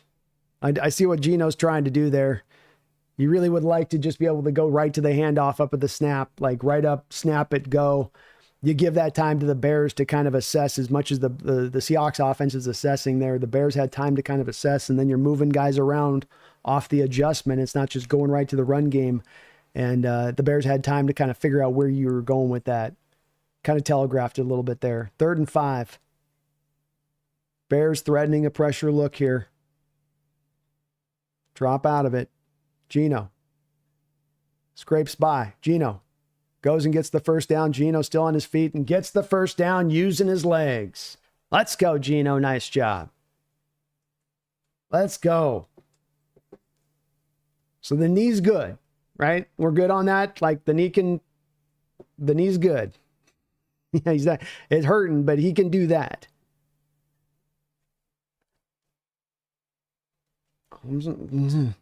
That's all I got to say about that. That's all I got to say. 1st and 10 Seahawks up at the 41-yard line in their own territory. Geno back under center now. 2 wide.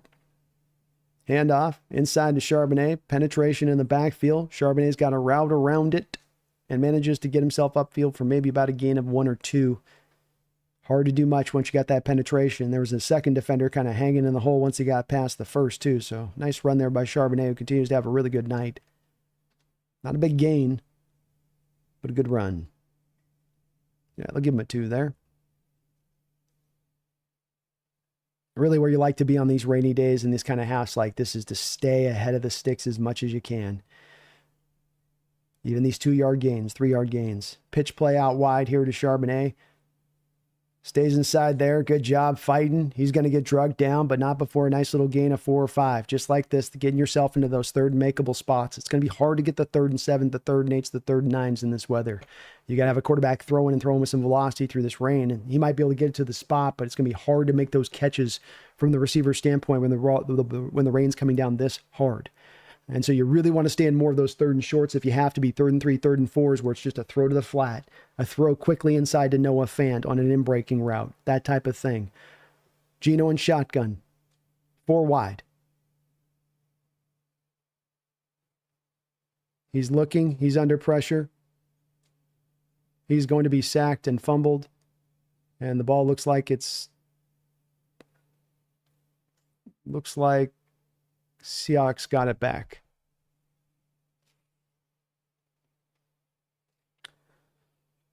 Fairly quick pressure on the play.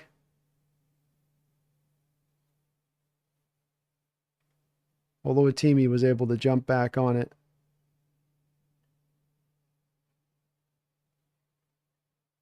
Darrell Taylor with the sack.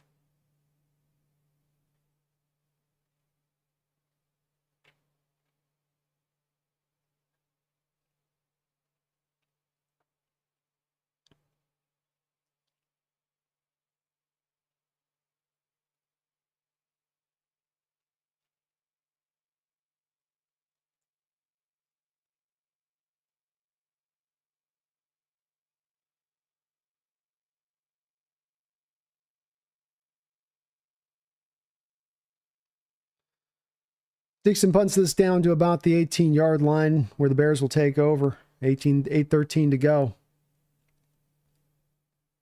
Yeah, of all the people, Darrell Taylor. Taylor coming into this game, by the way, had 2 sacks on the year. So he's been quiet. And that was as much a coverage sap where Geno just couldn't find anybody down the field.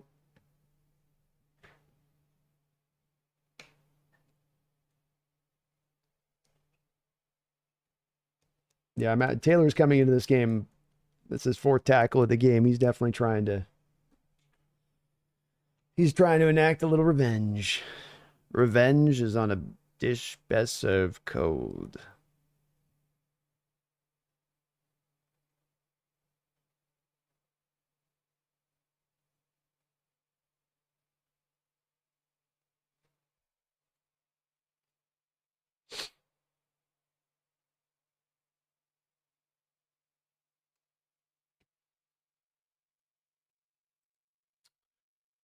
Tough. Tough. Offense just can't find much footing here. They've got a bit of a running game they can work off. You'd think that'd help the passing attack out a little bit more than it's helped. Obviously, the rain's just making things real hard.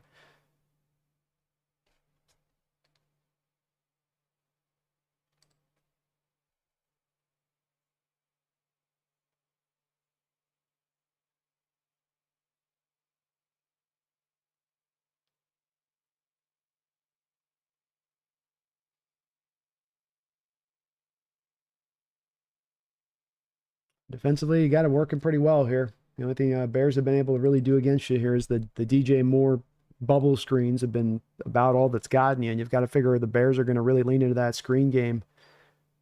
DeAndre Swift, 7 carries, 26 yards here. Roschon Johnson, 3 carries, 3 yards. So you've done a good job of stopping them in the run game for sure. But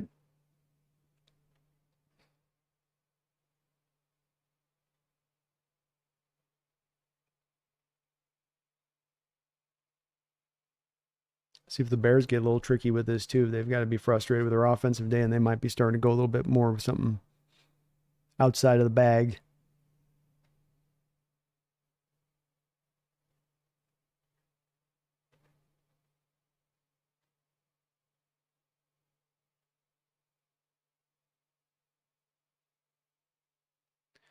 First and 10 for the Bears at the 16-yard line, their own territory. 3 wide look for them.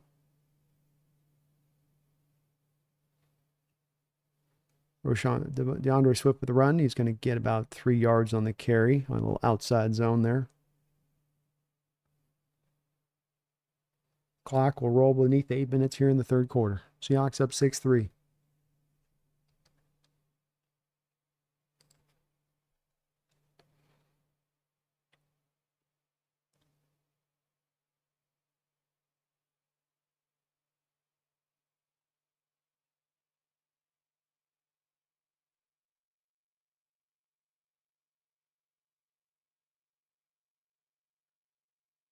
Play action pass. Caleb looking deep. Steps up. He's going to break the pocket, and he's got some space to work and move here. Nice little run by Caleb. First down, Chicago Bears.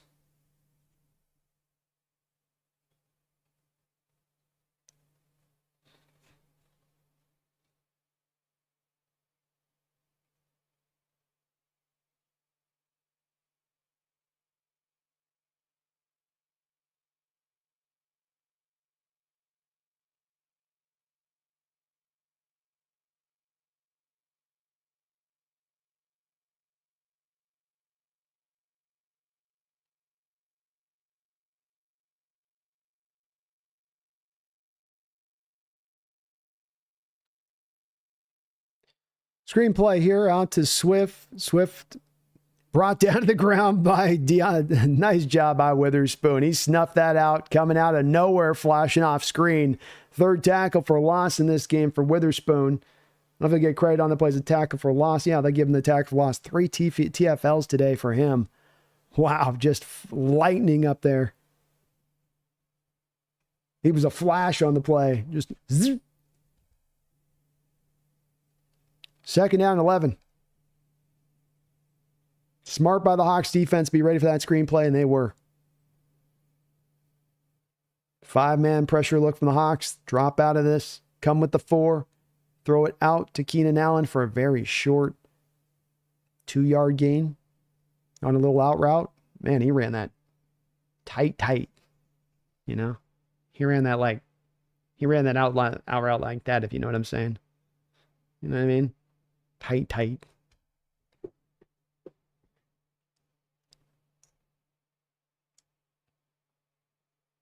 Third down and 9. Hawks defense has been stout today. Can they continue to be so here in this moment? Shotgun look. Blitz coming. They've got a free rusher. Able to get him. There he is. Jaron Reed gets it done. The pressure got Caleb uncomfortable. The Bears actually blocked it up pretty well. And Caleb, if he probably just kind of settled his feet down and found his look there, he might have been able to attack it because the Bears did a good job for the most part. I guess Leonard Williams did kind of collapse things a little bit off the front side. But Caleb wasn't getting away from Jaron. Jay Reed continues to build upon a very strong year here for him. He doesn't get a lot of pub for the season he's had this year. Hawks are going to maybe have a hard time of retaining him after this season because his value is only going up. Short punt here by the Bears. This will take a Hawk bounce and be stopped at the 35-yard line where they will take over there. Well done by the Hawks defense here. They're definitely playing with some energy and emotion in this one. Hawks defense is legit tough in the rain. We got that as a building block, you know, that says something.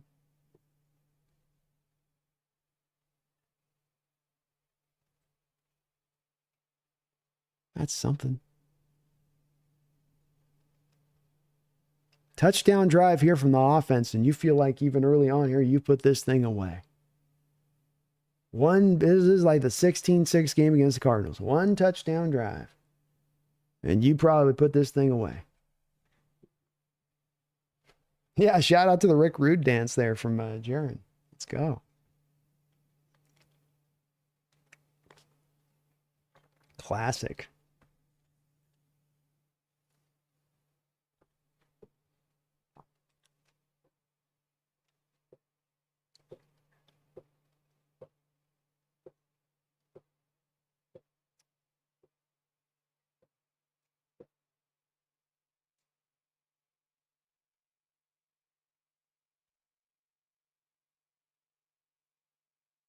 You want to drive it from Grubb's perspective, to me, you go to the stuff that's worked on this drive at one point or another.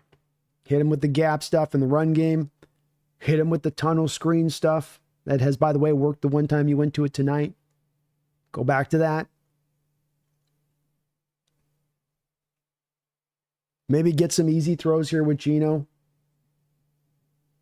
Just some quick little fast throws to him. Just try to give him a little bit of maybe some rhythm here and back into that a bit as he's been out of sorts on that tonight. Conditions make it hard, but maybe some things that I'd be thinking about if I was Grubb here.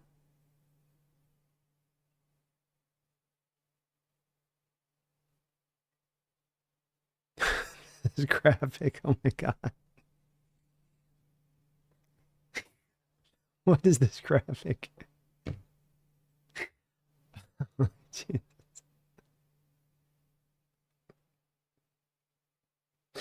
Oh my God.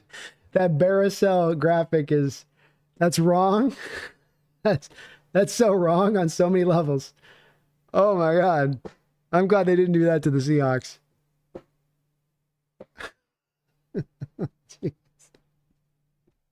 The Baracel. All right, shotgun look for Geno here. 3 wide to the far side of the field, stretching that Bears defense out prior to the snap. Bears bringing a 5-man blitz post snap. Geno loops this one up over the top to nowhere.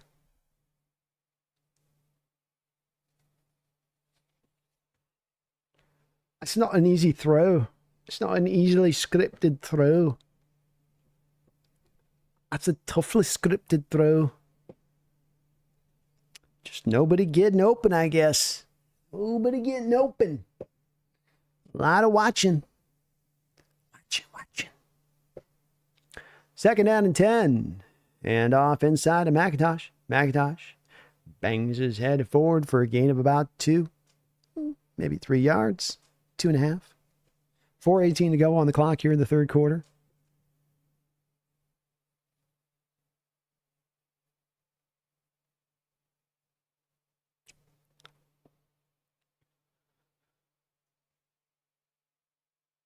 I'd have an option tunnel screen if I saw the blitz from Geno. I'd have the normal play, and if you see the blitz coming, you go tunnel screen. And they're showing blitz.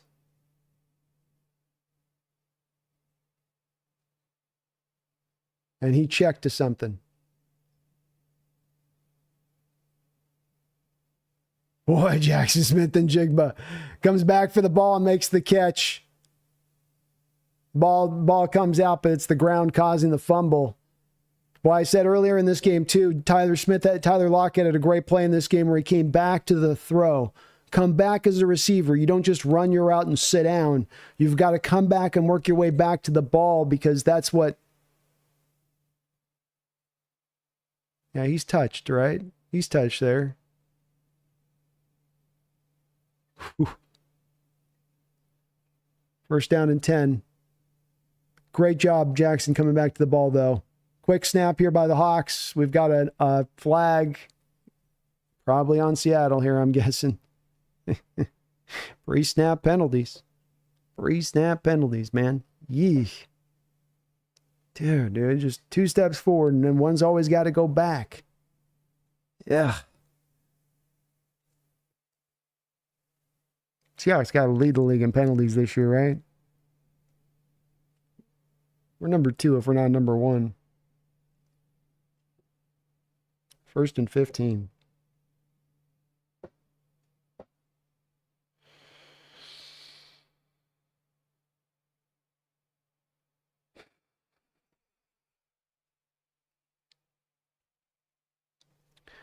Geno and shotgun.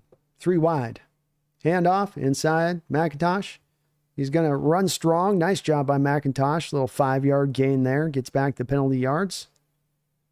I like Grubb sticking with the run on this drive.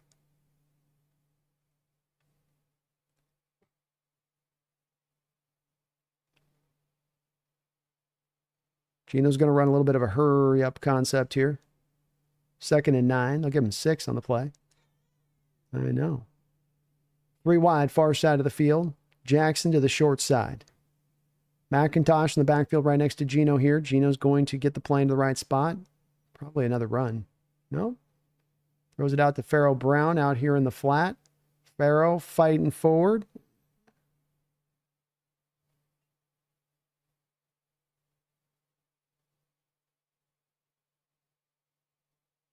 And they're going to call this a fumble and a touchdown?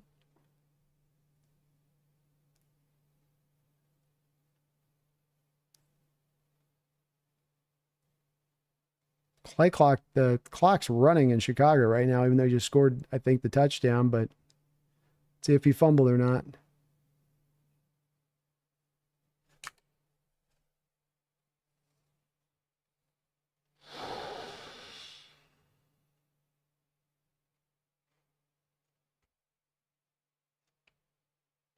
It's going to be a touchdown for the Chicago Bears. Farrell Brown had the ball ripped out. He's falling down. He's not down yet to the ground. The ball is ripped out. It's a touchdown.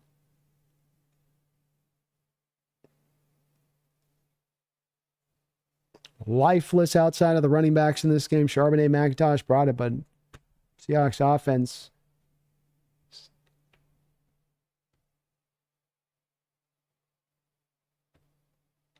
How many touchdowns have we given defenses this year?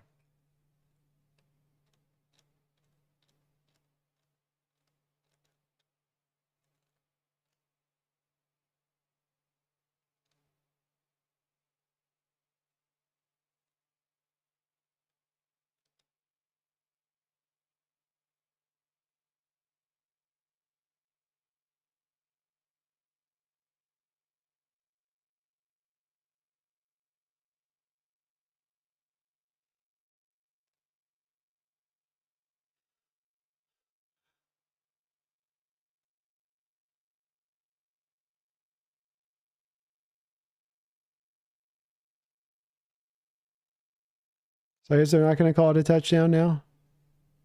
That was a long... I don't know how they don't call it a fumble.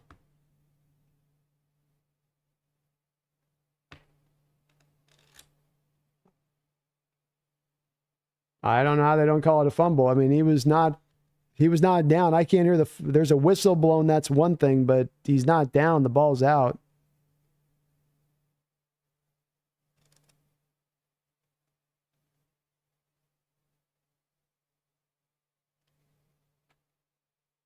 I don't know what to say.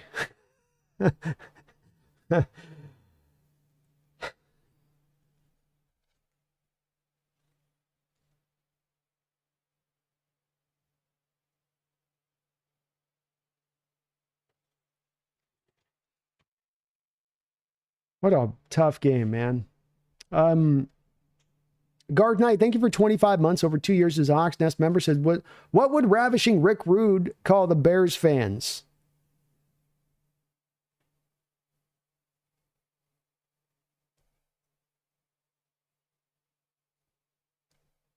See, it's not beardom, it's boredom. That's what he'd say. And then he would twirl his mustache, Garth. It's not the bear kingdom, the beardom, it's the boredom. Yeah. And then he'd have like the evil laugh with it on top, Garth. Something like that. JRD, thank you for the $2 donation. Says, I'm only 20, but damn, I need a drink. I might need one before the night's over with. I'm watching stuff where I'm just like, dude, we've got people on this field that I just go, what are we thinking here today? Like, we know the season's on the line here, boys. You know, do or die. Is everybody aware of this? Are we all tapped in on this? I think the defense got the memo. Think about a few of the guys on the offense got the memo.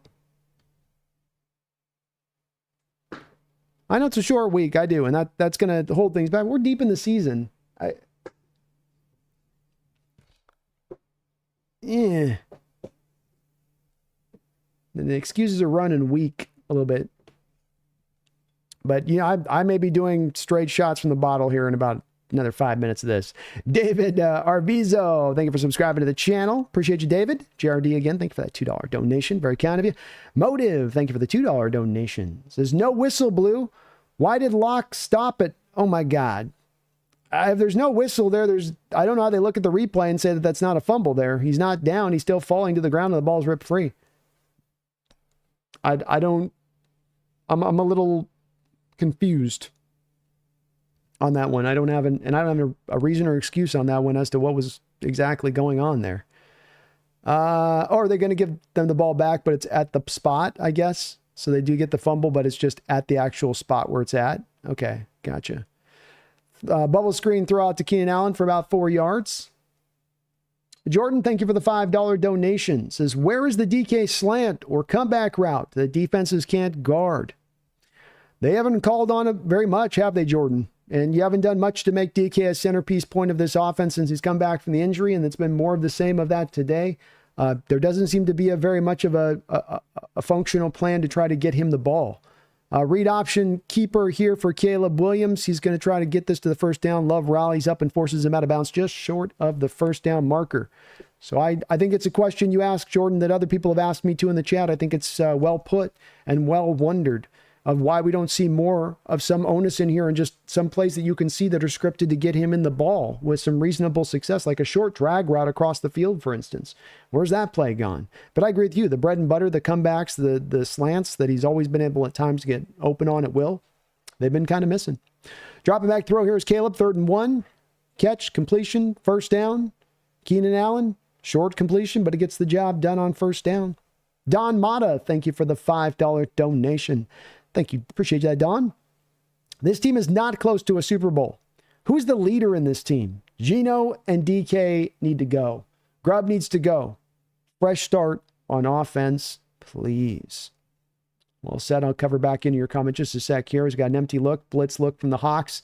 Pressure brings him down in the backfield. Uchenna Sue gets his first sack in a long period of time.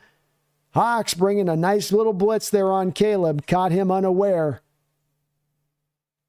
Did you bring the linebacker? Yeah, you show Jones one side of the formation. You bring the linebacker from the other side. You get him freed up.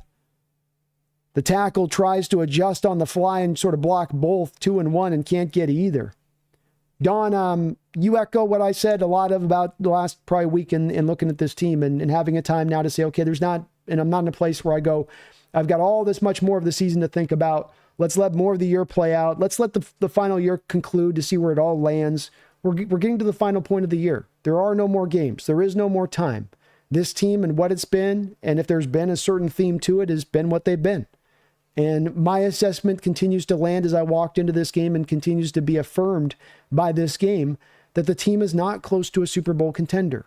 We are not merely one decent offseason away from turning this to that point.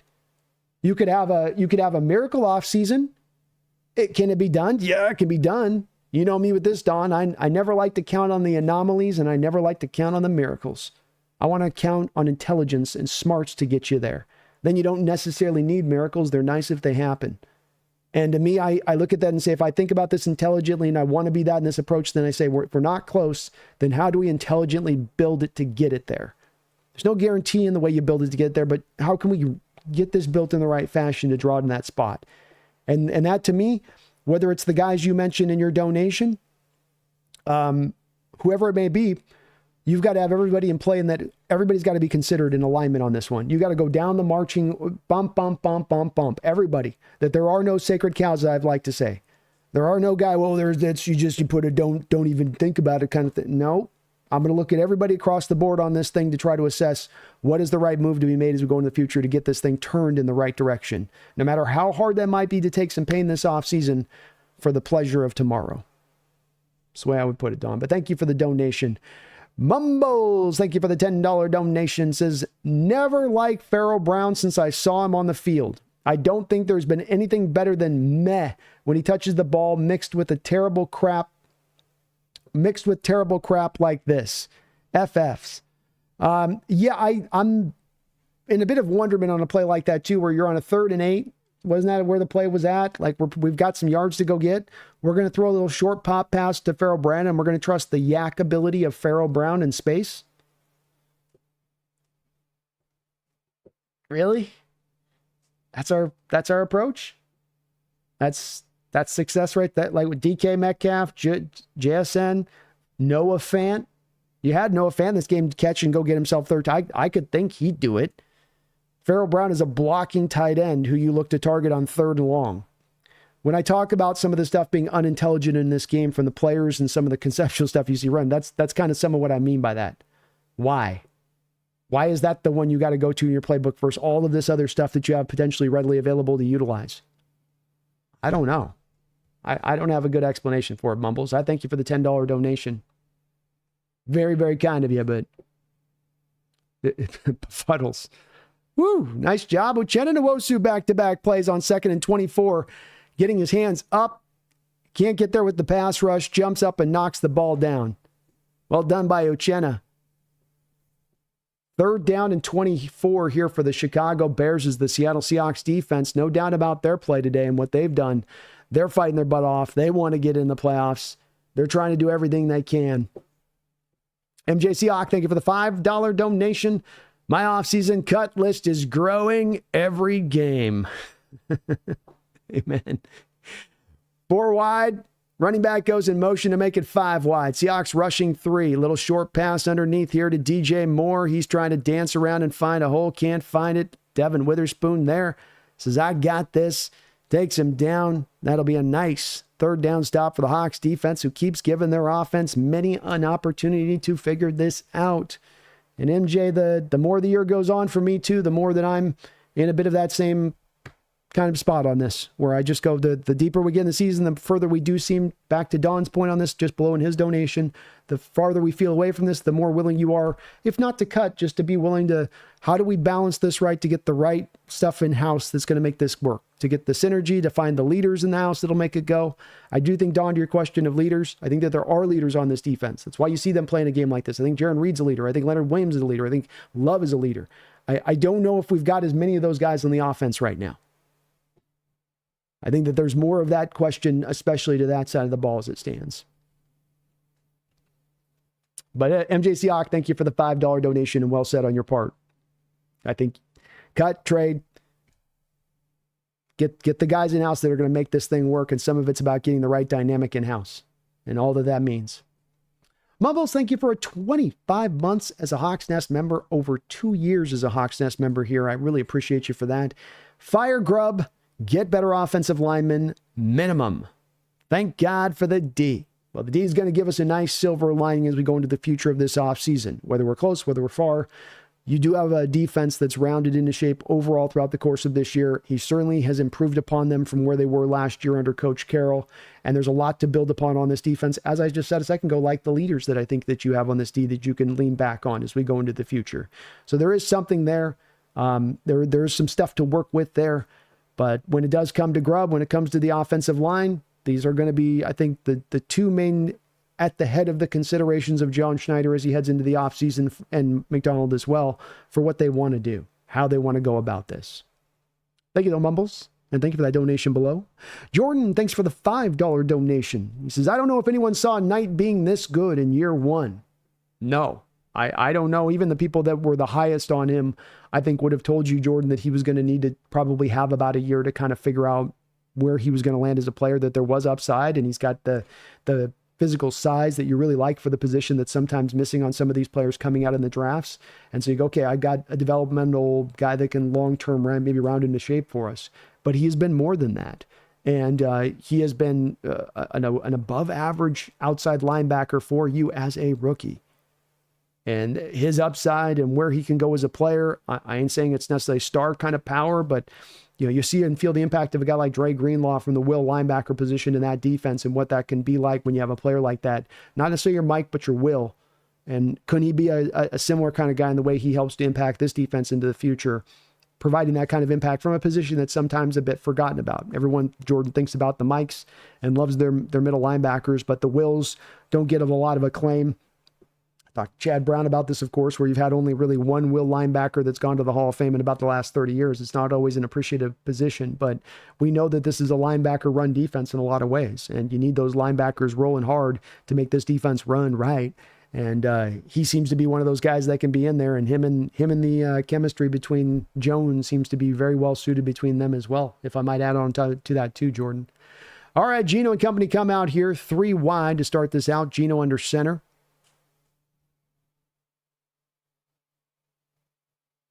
Gino took a second to kind of get the ball corralled under center there and hands it off to Charbonnet inside for a gain of about 1 yard.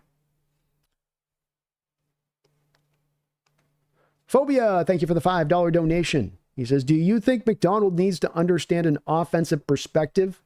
Could help his coaching.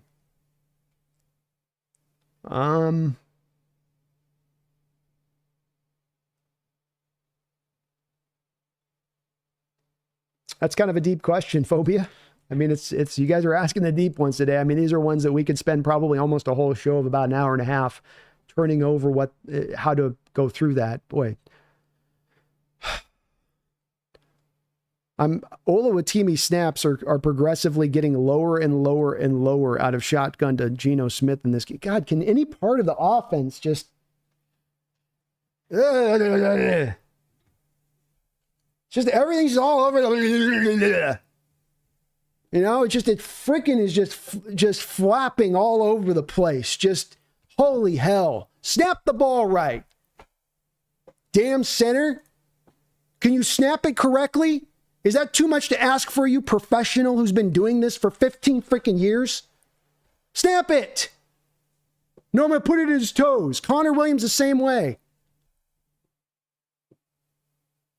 3rd and 3. Penetration in the backfield. No first down conversion.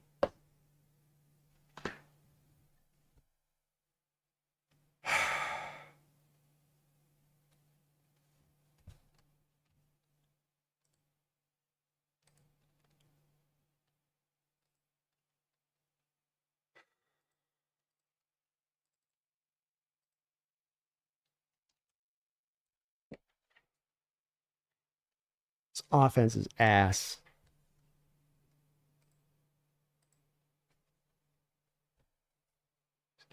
Just like complete ass at times. They can't do the basic things. Like snapping has been a problem all season. Like stuff you'd work on in pee-wee leagues of football. We can't do. Hey, Tom, you're getting a little bit too hot out there on that block now. When you hear the whistle, you got to stop on that. You don't keep blocking, okay? Okay. It's like, I got to tell a pee-wee guy. I'm like, okay, here's how you snap the ball. You can't snap it low there. You got to work on getting it up. I've seen multiple snaps this game from Oluwatimi that he can't get the ball past the top of the cleats of Geno Smith.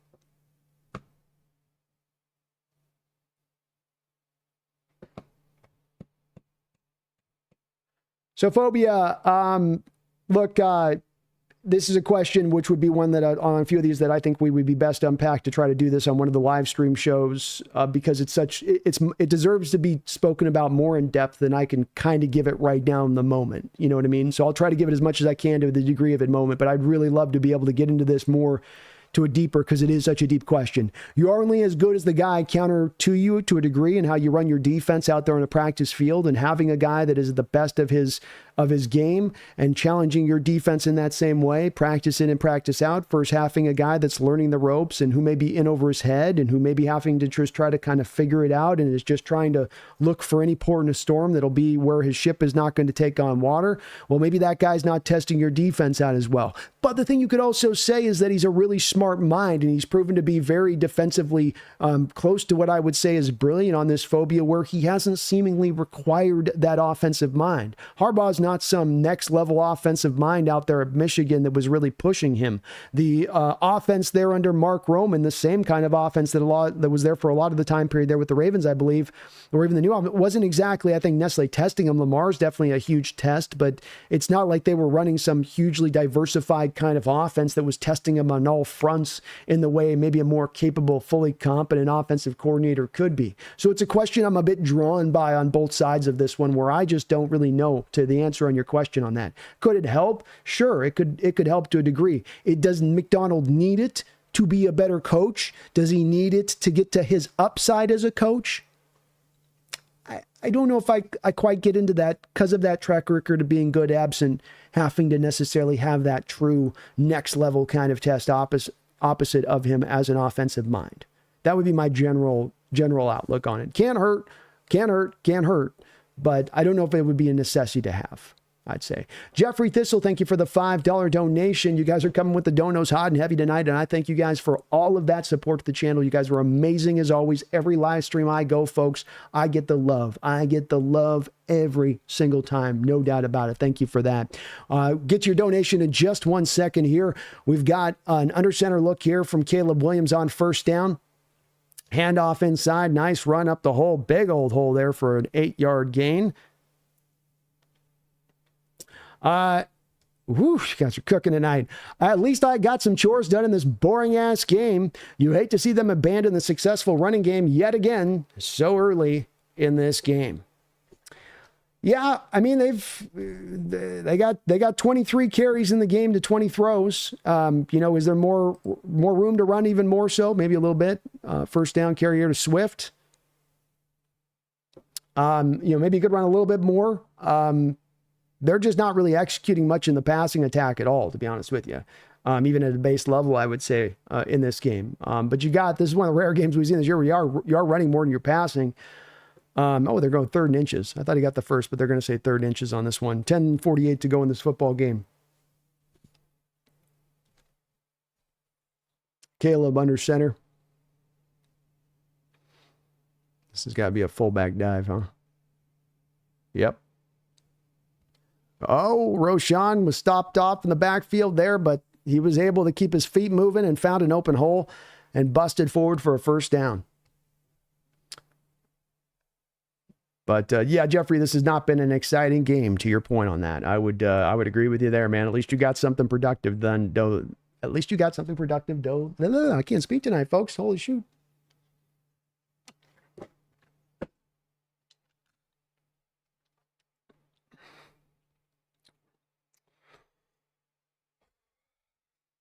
All right, 1st and 10. Caleb Williams back under center here. 2 tight ends, handoff inside. They feel like they can get somewhere with the running game now against this Hawks defense.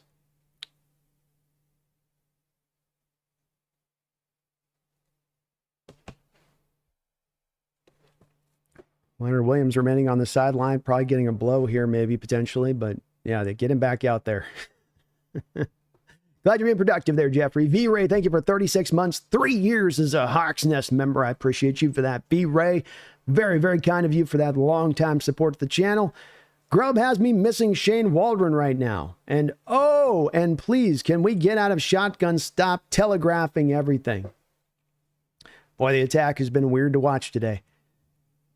Dropping back to throw here, and quick pressure. Seahawks bringing a blitz right after a fast snap there by Caleb Williams. He had a pass rusher in his face trying to set up the screenplay. The pass rush got to him before the screen could develop, and he had to just throw it at the feet of the running back. Tyrese Knight did a good job of just pressing back in the pocket post-snap almost instantaneously, getting right past the running back who's trying to get out into the flat there to get there for the screen, so he couldn't really pick up the blitzer. Nice timing on that play call. 3rd down and 8. 4-man from the Hawks. They're going to show a little blitz here late. They're showing that a heavy blitz coming. They're bringing it. Heavy blitz. Caleb stepping up. He's looking to get away, and he can't get away. Rashad Jenkins gets the sack. They brought them all. They brought all the dogs out the kennel there. They said, boys, you go hunt. Great play call sequence there from Mike McDonald. A little chess match in there on a 1-2 play sequence. That blitz just slowly set up and developed there. You didn't show it early. You had Witherspoon just creeping. He was TLC creeping up with that line of scrimmage there just before that snap. The defense again with just a yeoman's effort out there in this game today. Another stop for them in this half, as they have put the brakes on this Bears offense. And it does seem like a little bit of that rain has died down, so you can't just go, well, the rain. It's been there through a lot of the night, but it seems like the second half, maybe it's calmed up or loosened up just a little bit. V-Ray, I thank you again, man, for that 36 months, 3 years as your support to the channel. I really appreciate you. The offense has been brutal to watch tonight. And I could put together a pretty good list of things that have bothered me about tonight's game. Many of these things that have bothered me about tonight's game have been things that I think I could be bothered about throughout the course of the year. And so the frustration here is, I think, going to be pretty palpable amongst the fan base. And, you're going to be able to feel it in a real way, I think, as we go into this offseason by where people are going to stand. I can't think that McDonald's going to be too happy with the fact his defense turns in another performance like this one today, and you're still sitting on the edge of losing this game. I can't think that this kind of game is going to sit well with A guy like, I think, McDonald, who's already looked at Grubb over the course of the year and not necessarily been super happy by what he's seen from him up until this point. Maybe not totally soured on him, but maybe not totally also been blown away by what he's seen. And I come back to again and again, I don't really understand where always Grubb is looking to attack or how he's looking to attack. There's flashes of stuff that kind of shows itself where you go, oh, okay, I see that. Ooh, yeah, that was a good little call. Oh, nice creativity there. Back to this. And then he just doesn't stay consistently on it. And yes, the telegraphing thing is absolutely something I see as well that shows up time and time again. And you're hearing it from me on the play-by-play at times. When I can see Gino go into the adjustment, I go, oh, he's got a cover 2 shell on the high side. He's making the hard line adjustment. Then he's going to move guys around, which gives the defense even more time to kind of figure it out and realize it. That's telegraphing. And there's a bit too much of that. Silas McDonald, thank you for the $2 donation. Says, what do we do this offseason? I don't know where to begin. You guys are already ready for the offseason. I can tell you that with these questions in the chat today and the donations, because you guys are going. This is a deep question. What do we do this offseason? Where do we begin? I mean, Silas, quite honestly, I don't know where to begin to answer that right now. You know, I don't have a firm plan put forward yet as to this is what you got to do. The only thing that I've arrived at that I think that everyone's going to be in agreement with, then this maybe at least answers where you begin side of this, is that everybody's in agreement that we need to make the offensive line a point of priority this offseason. Absent that, I don't know yet where I really stand on anything other than I think we've got to be open to any kind of move that is necessary here in order to improve this team and get ourselves to a contending state. No matter how much that move might hurt on the surface, if it's for the better of the long term, then it's a move that we need to make, in my opinion, at this point. Whatever move, form, shape that takes, however I can say it. We're already passing in for me 6 hours down streaming, folks, so bear with me on the mouth. I'm going to get a little bit marble-mouthed here. 1st and 10. 8:13 to go in the fourth quarter. Seahawks on their 12-yard line. False start, looks like, by the Bears. But Silas, that's a great question. I really thank you for the donation. I don't have the firm plan yet for the whole offseason yet, though. I just want to I want to take a patient approach, a long-term approach. I'm not pressed by getting back to having to be a contender by 2025. So that means it's less about making this exact move and that exact move and more about let's push this to the future in our outlook of this. Let's not be in a microwave approach. Let's not just turn the oven to 450 degrees so we can cook it faster. Let's figure out what really is the right thing to do. And I think that's going to take time and us turning these things over more than it is. That's got to be done. This got to be done. That's got to be done. It's more of, okay, let's consider all the options. Gino dropping back to throw. He's going to let this loose over to DK Metcalf, who's got to reach the ball off the top of the turf there to make the catch. Did he make that grab? Great catch by DK Metcalf. Boy, he pulled that thing. Oh, boy, did he just get that off the turf. Wow, great grab by DK.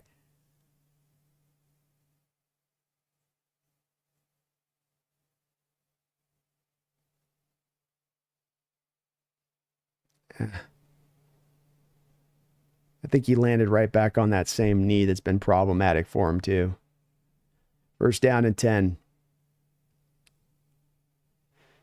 Pitch play wide here to Charbonnet. Charbonnet lowers his head down and gains about 2 yards on the play. And just as a reminder, folks, here as the clock does wind down on the donations with the two, as we get close to like the 2-minute warning, I've got to, on the post game, I'm going directly over to the Bleacher Report as soon as it wraps up here. So I know sometimes we'll get a stack of donos right at the end of the game, as a lot of folks want to kind of get their words in right at the end of things. And like kind of like the play-by-play, it's hard on sometimes to go expansively. If you guys on some of these questions, these are really deep questions, which I think are great questions, but they're ones that I do tend to want to give you more time on. With the play-by-play days are harder to do, as we got Gino in shotgun here, 2nd down, 9. Gino under quick pressure again, blocked, blown completely there, able to throw it out to Noah Fant for a short completion, able to salvage something from that. But this has been one of the more faster moving football games of the season. And so if we get down to kind of in that 2-minute warning range, just look, we'll be back over doing a post-game discussion tonight. And especially if we're talking about kind of grander scale items here, you guys, I won't be giving as much expansively into the answers you guys might be wanting on this, where I know on some of these questions you guys are wanting point by point. What should we do? How do we go about it? Which way do we go here to which?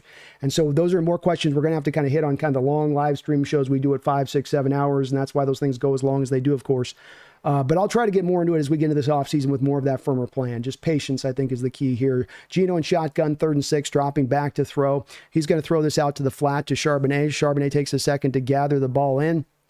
Can't seem to really catch it cleanly there. I don't know what's going on there. But this play goes for nothing. The Hawks offense is completely stopped in place here as it stands. Thank you, though, Silas. I appreciate the donation. Silas with another $5 donation where you guys put down one, you put down many. Let's go, Hawk fans. You guys showing the love to me all night long, all day long. We had 40 freaking donations on the B&B stream earlier today. Nothing but donation after donation in the stream tonight. Thank you for all of that. You guys are amazing. You're amazing, Silas, as well as I know a member of this channel in addition to that. I don't think fans can be blamed for already looking ahead to the offseason. None of us want to see this team in a playoff game, especially the offense. No, I don't. It's more of just, Silas, it's always the hard part when we're on these play-by-play is that these deep questions are ones that require expansive thoughts, and I need to probably turn it over for about 5 to 10 minutes to give you really a good answer to what's at the heart of your question, to get to the root of it, a little bit. And with these games right now, especially this one where we're not getting those long commercial breaks and it's bouncing and it's going like this, and I got to do the play-by-play and the color commentary, and then we've got endless streams of donations going, and it's hard to get into these answers that are these really big picture things and turn them over in the way that I normally typically can. And that's where I would say, rather than getting to you on a specific side of this, I say that it's really about what we got to first do is, I think, make our peace with the first part, because this is the part, Silas, that you're going to find fans not wanting to make their peace with, which is that we're not ready for 2025.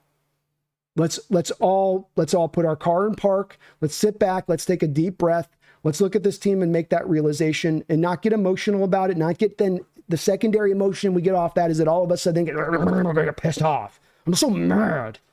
It's been so long. Why not now? Right?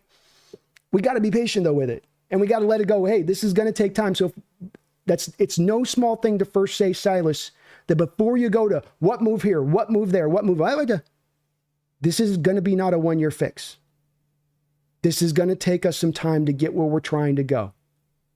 And I think once that first acceptance happens with a little bit of patience on this, then we can start to look at the moves that need to really be made and go item by item through it. But I think the very first thing that's got to be happening, which you do not have the full fan base on board with yet here, Silas, that you're going to have people even coming off this game will say, Silas, of saying, no, just let them have that off season. No, just let John have that one little off season to push this through. So it's before we get to the second part, we got to get across the first part. Before we get to the second bridge, we got to cross the first bridge. The first bridge is going to have to be that people accept a little bit that this is not a one-year solution issue here. This is not a one-off season problem to go fix. This is not a one draft class is going to turn this thing up and around. And if they can then get to that, then that's going to inform a lot of other decisions. And I think once that happens, what's going to happen is those decisions get informed. It then means that probably that team is a little bit even more worse than for 2025. Rather than being just close to getting up over the top of the hill, but then it can mean they could be really great in 2026.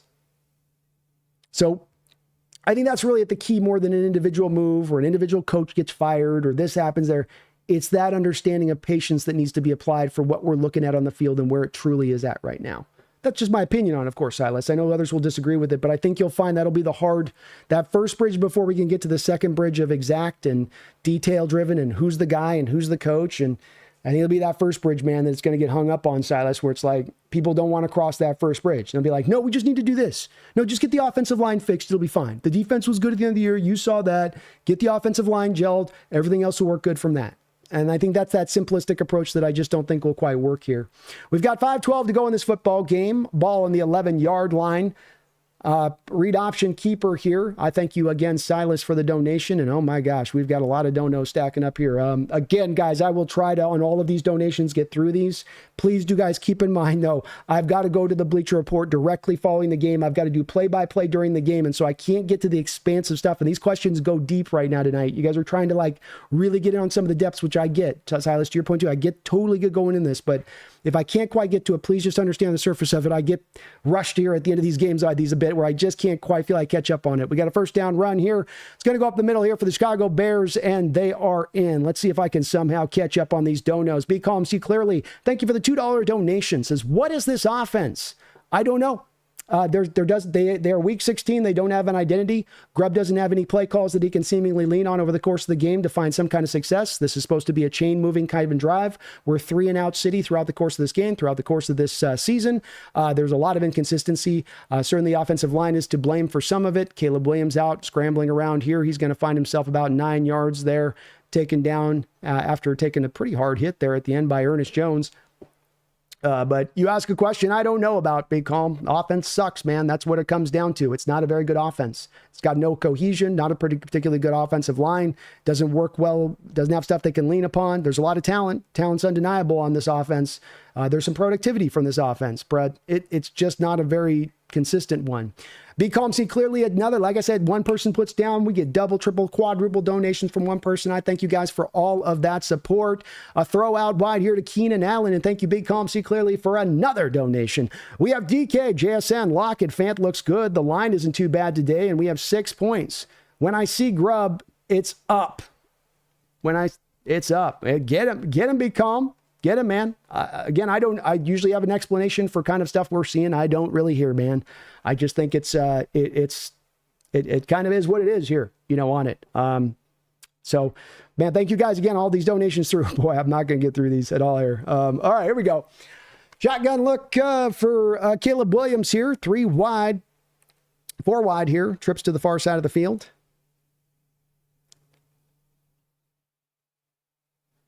Pressure, Caleb forced up into the pocket on 3rd and 2. Looks like he is going to get the short of the first down. I'm guessing the Bears are probably going to go for this.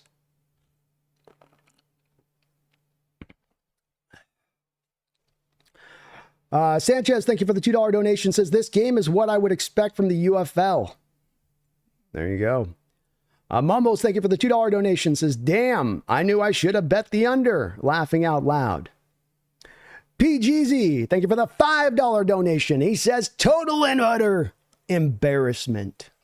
Stack front here, 4th and inches. Seahawks are going to call a timeout to stop this play. Total and utter embarrassment, says PGZ. And I can't say that I argue that he's looking at this any differently than I'm looking for. You can't beat the Bears, and look, the Bears are in a position to go take this game at this point, and if they took this game, it wouldn't probably be the biggest of shocks at this point with how you've played in this football game versus really earning the shot to win this game and should have had multiple opportunities before this point to take this game, right, PGZ? So, yeah.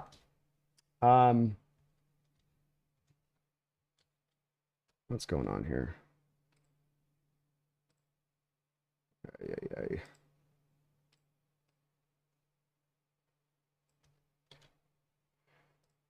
All right, 4th and inches here. Seahawks got 5 men up around the line of scrimmage. Caleb under center. Oh no, you got a false start by the Bears. Well, we've done that, haven't we? That's usually our move. All right, so we are under 2 minutes. I will say on this, go ahead and guys, folks, let's hold off on any other. I don't usually say this, but let's hold off on any donations. If I get any other donations in, I'm not going to get the time to address them because my deal with the Bleacher Report is I got to bounce directly over to them directly after the game. So 000s, I got to go over there. And so if we leave the donos up here and we go too hard, we probably won't get into all of those. And I'm going to do probably a 4 or 5 hour post-game discussion over on the other side of it, merely a half hour after the Bleacher Report stream. So if you want to get into some of these deep dive of questions, you guys know I'll go comment by comment through it later on this evening, and we will really get into some of the essence, I think, at the heart of some of your guys' questions, and I'll try to give you guys some more kind of specificity onto the future of this team and what needs to be done to try to get this team into the right direction, or theoretically needs to be done to be moved in the right direction. But PGZ, total embarrassment.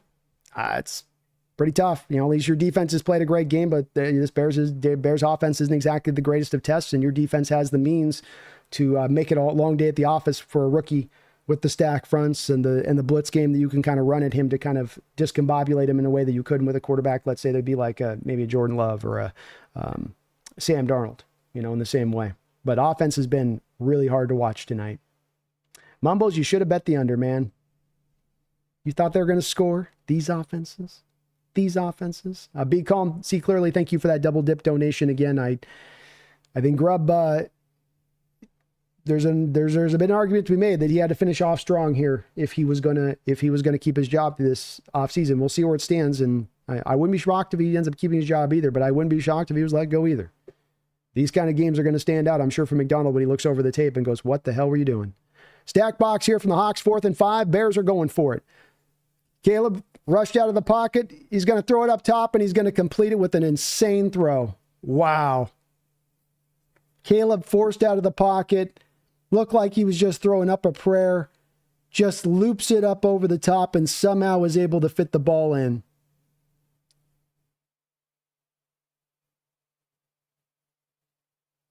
Three Seahawks in his face. That's a great play by Caleb Williams.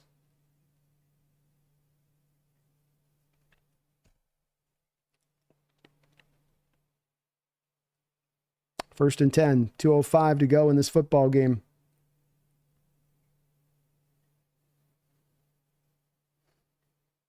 Caleb fumbles the snap, dropping back, sliding in the pocket. Leonard Williams has got him around the legs, and he'll drop him down for a sack. Nice job by Leonard Williams.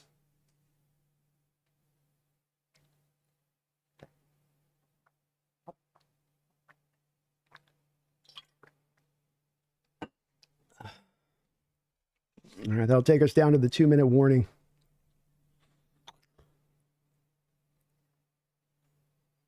I pinned up in the post game a link to the Bleacher Report.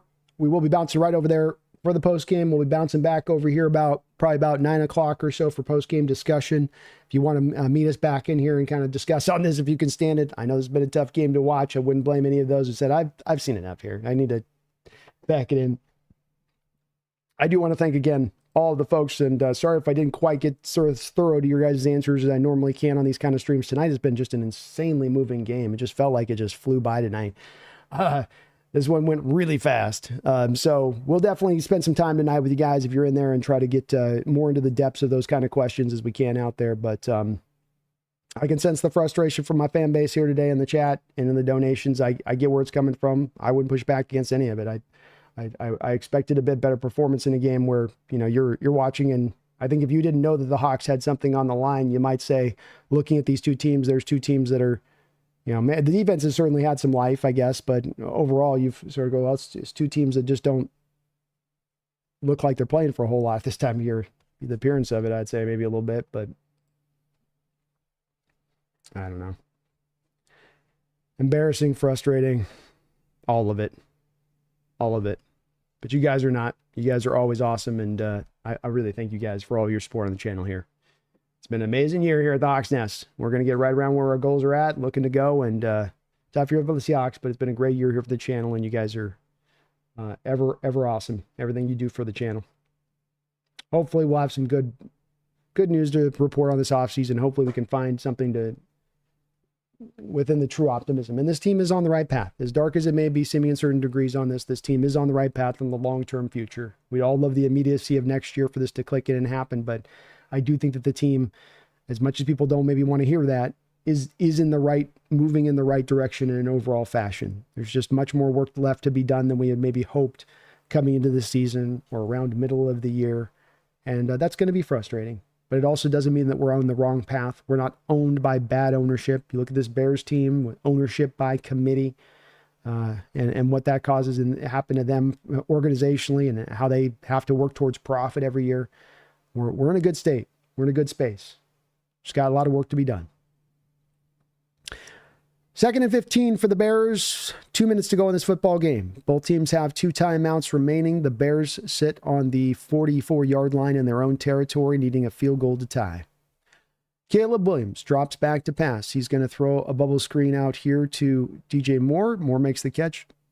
Hawks defense does a good job of rallying to the ball, and he's only going to gain about a yard here. That bubble screen has been the real go-to move for this Bears defense throughout the course of this game.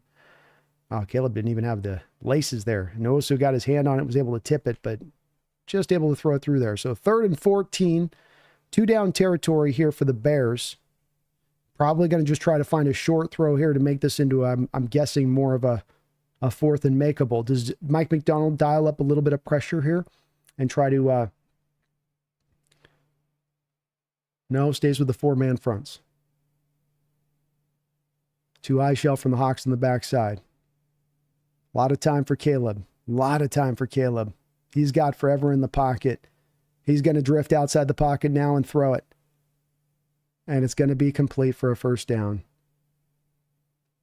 Mike McDonald deciding to stay conservative there, and you gave Caleb Williams all the time in the world back there in the pocket to figure it out. Surprised that he didn't dial something a little bit more up there. 45 seconds clock continues to roll right on the outside edge of field goal range of the Bears. 38 seconds from shotgun. Here goes Caleb dropping back to throw. He's looking around. He's going to loop this ball over the top and throw it away.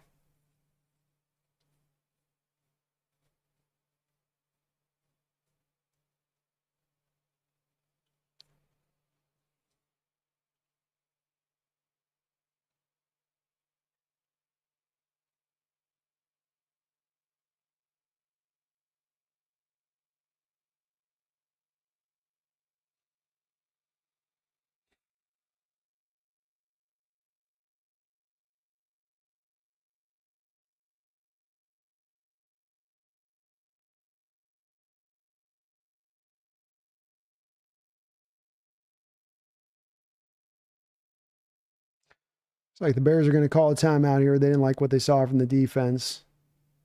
Second timeout for the Bears.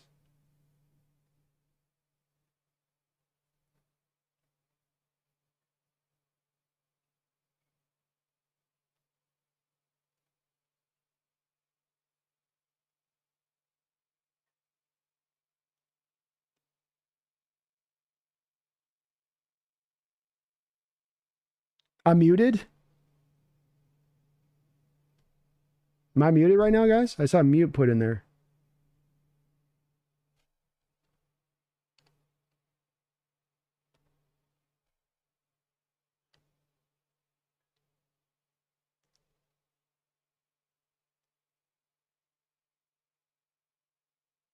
Second down and 10.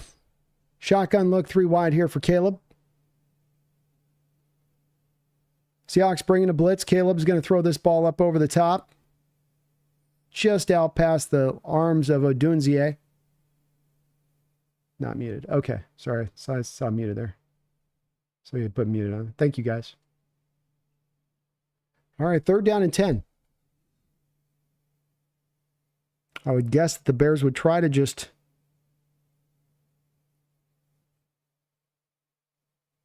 I'm guessing the Bears would try to get a few more extra yards here to make this kick a little bit easier.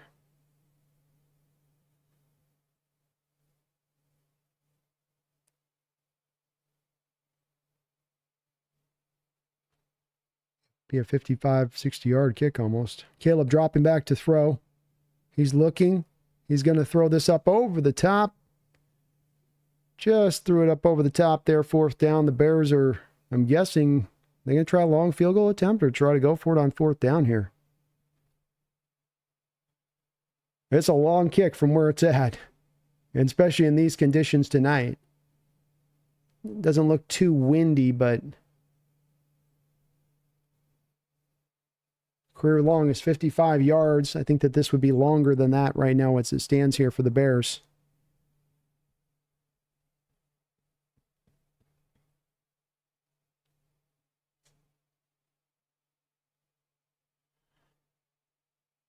Seahawks are going to call a timeout here. They were trying to communicate some things down the stretch.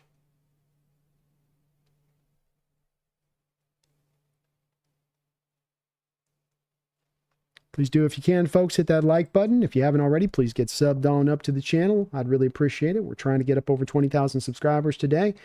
And you really help us by getting there today by hitting that like button. I know you're not loving the watching this game and how it's played out so far, but you can help this channel out tremendously by hitting that like, getting subbed on up, and I would really appreciate it. One more thank you to everybody out there in the chat tonight who's just been so kind. As you guys are you blow me away. Megan dropped the $200 support. You guys, most of the channel here couldn't get to the play-by-play. We had so many donos on the chat today, and I'm absolutely overwhelmed and blessed in so many ways on this channel to do what I do, but you guys are always showing me the love on that. I can't believe it. And Merry Christmas to everybody on that side. 4th and 10. Dropping back is Caleb. He's going to throw up a prayer Tariq Woolen makes the interception. Tariq drug out of bounds. Tariq high points the ball and picks it off. Game over. Your Seattle Seahawks will take this one 6-3. MJ Seahawk, thank you for the $2 donation. I appreciate you for that. He says, I can't wait to watch the highlights of this game. What's the over-under, folks? Chat, over-under on the highlight being over 3 minutes long. Over-under on the highlight reel on YouTube being over 3 minutes long. Come on, we got to smash the under on that one, right? You got to smash the under on that one.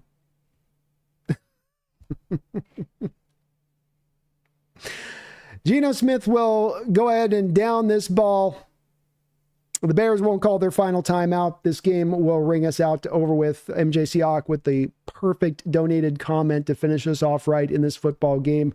As you came away with the win, your defense was inspired. They absolutely played an effort, like I would say they showed up tonight. We can't knock them for this. This is a reeling Bears team. This isn't a good Bears offense. This isn't a big challenge for our Seahawks defense, but they showed up, and that wasn't the biggest of challenges for that Seahawks offense, and they didn't show up. And the defense had to carry this whole thing lurching, like they picked the dead body, the carcass of the offense. They threw it up on their shoulder and they drug them to this victory. So props to the defense for pulling this one out and finding a way at the end. But hard as the season winds down.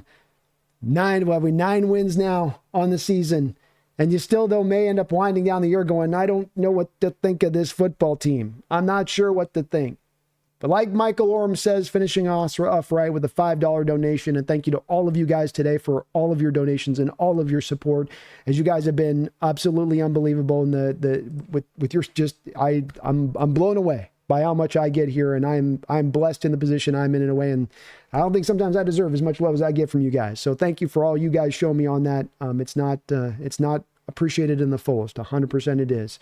Michael with a $5 finishing us off before we'll get over to the Bleacher Report says it's ugly, but a win is a win. Hey, all you had to do is get out of this one way or the other. All you had to do was find your way through this, get the win, and let's see where it falls on Saturday and see if the Cardinals can do the Lord's good work and get us a victory. And you did your part. No, there are no style points in football, Michael. No style points in football. It's another win. It's 9 wins on the year. Successful year, continues to grow ever bit more successful. The first year under a new head coach, first-time head coach, the youngest head coach in the NFL. Car Wash Channel, thank you for the $2 donation. Car Wash Channel says, still alive for a playoff. We need the Rams to lose. Well, come on, Cardinals, just run it down their throat. They got a soft little defensive line, a bunch of pass rushers up there, bunch of little pansy pass rushers up there with LA. We want to rush the passer. We want to rush the passer. Okay, we'll just run it down their throat. Stuff it down their throat all game long. Throw little screen passes to James Conner. Go get that W. And like I said, do the Lord's good work for our Seattle Seahawks. Please. Carmen Garcia, thank you for subscribing up the channel. You heeded my call, and I appreciate you for that. Mark Sanchez, thank you for the $2 donation. Says, not a playoff team. Barely beat a 4-win team. We may not earn it. We may not have no business being there. But as we saw 12 years ago, and as I referenced many times, Mark, you get yourself in the playoffs. We did this 13 years ago where somebody said, hey, you're 7-9. You don't even have a winning record. You have no business being in this playoffs. And yet you went out there, you beat the New Orleans Saints, the former world champions from the year before, in your house, Beastquake. And it's not that you just got that win, and that was what's so cool about it, but it's that playoff appearance, that run, that win, galvanized that team, helped to shoot that team forward, and understanding that the spirit was in the right place. They were moving in the right direction, that they were going to get there, albeit that it was going to maybe take a little bit of time. And maybe that can be the same case this year, Mark, with a little bit of a playoff run. If we can pull it off, who knows? It's been a wild year, folks. I'm heading over to the Bleacher Report to do a post-game breakdown directly over there. We will be back over here for post-game discussion within about an hour after that. But join me. I've got the link up here in the chat, pinned right up in the chat. Just hit that link directly. You do have to download the app, but if you download the app, we'll be bouncing right over there. But we'll be back here soon enough with y'all. I thank you for all the donations and all of the supporters. You guys are amazing in my channel. I've got the best channel ever as far as support. I got the best channel as far as the community and the chat, and where you guys keep me thinking and laughing and enjoying myself every time I go live, come win or loss. Doesn't matter. You guys are consistent, even if our team isn't week in and week out, day after day. So thank you for all of that. Back soon got the win, still in the hunt. Shouldn't have to remind you, but I'm going to do so anyway. Don't you ever forget. Go Hawks.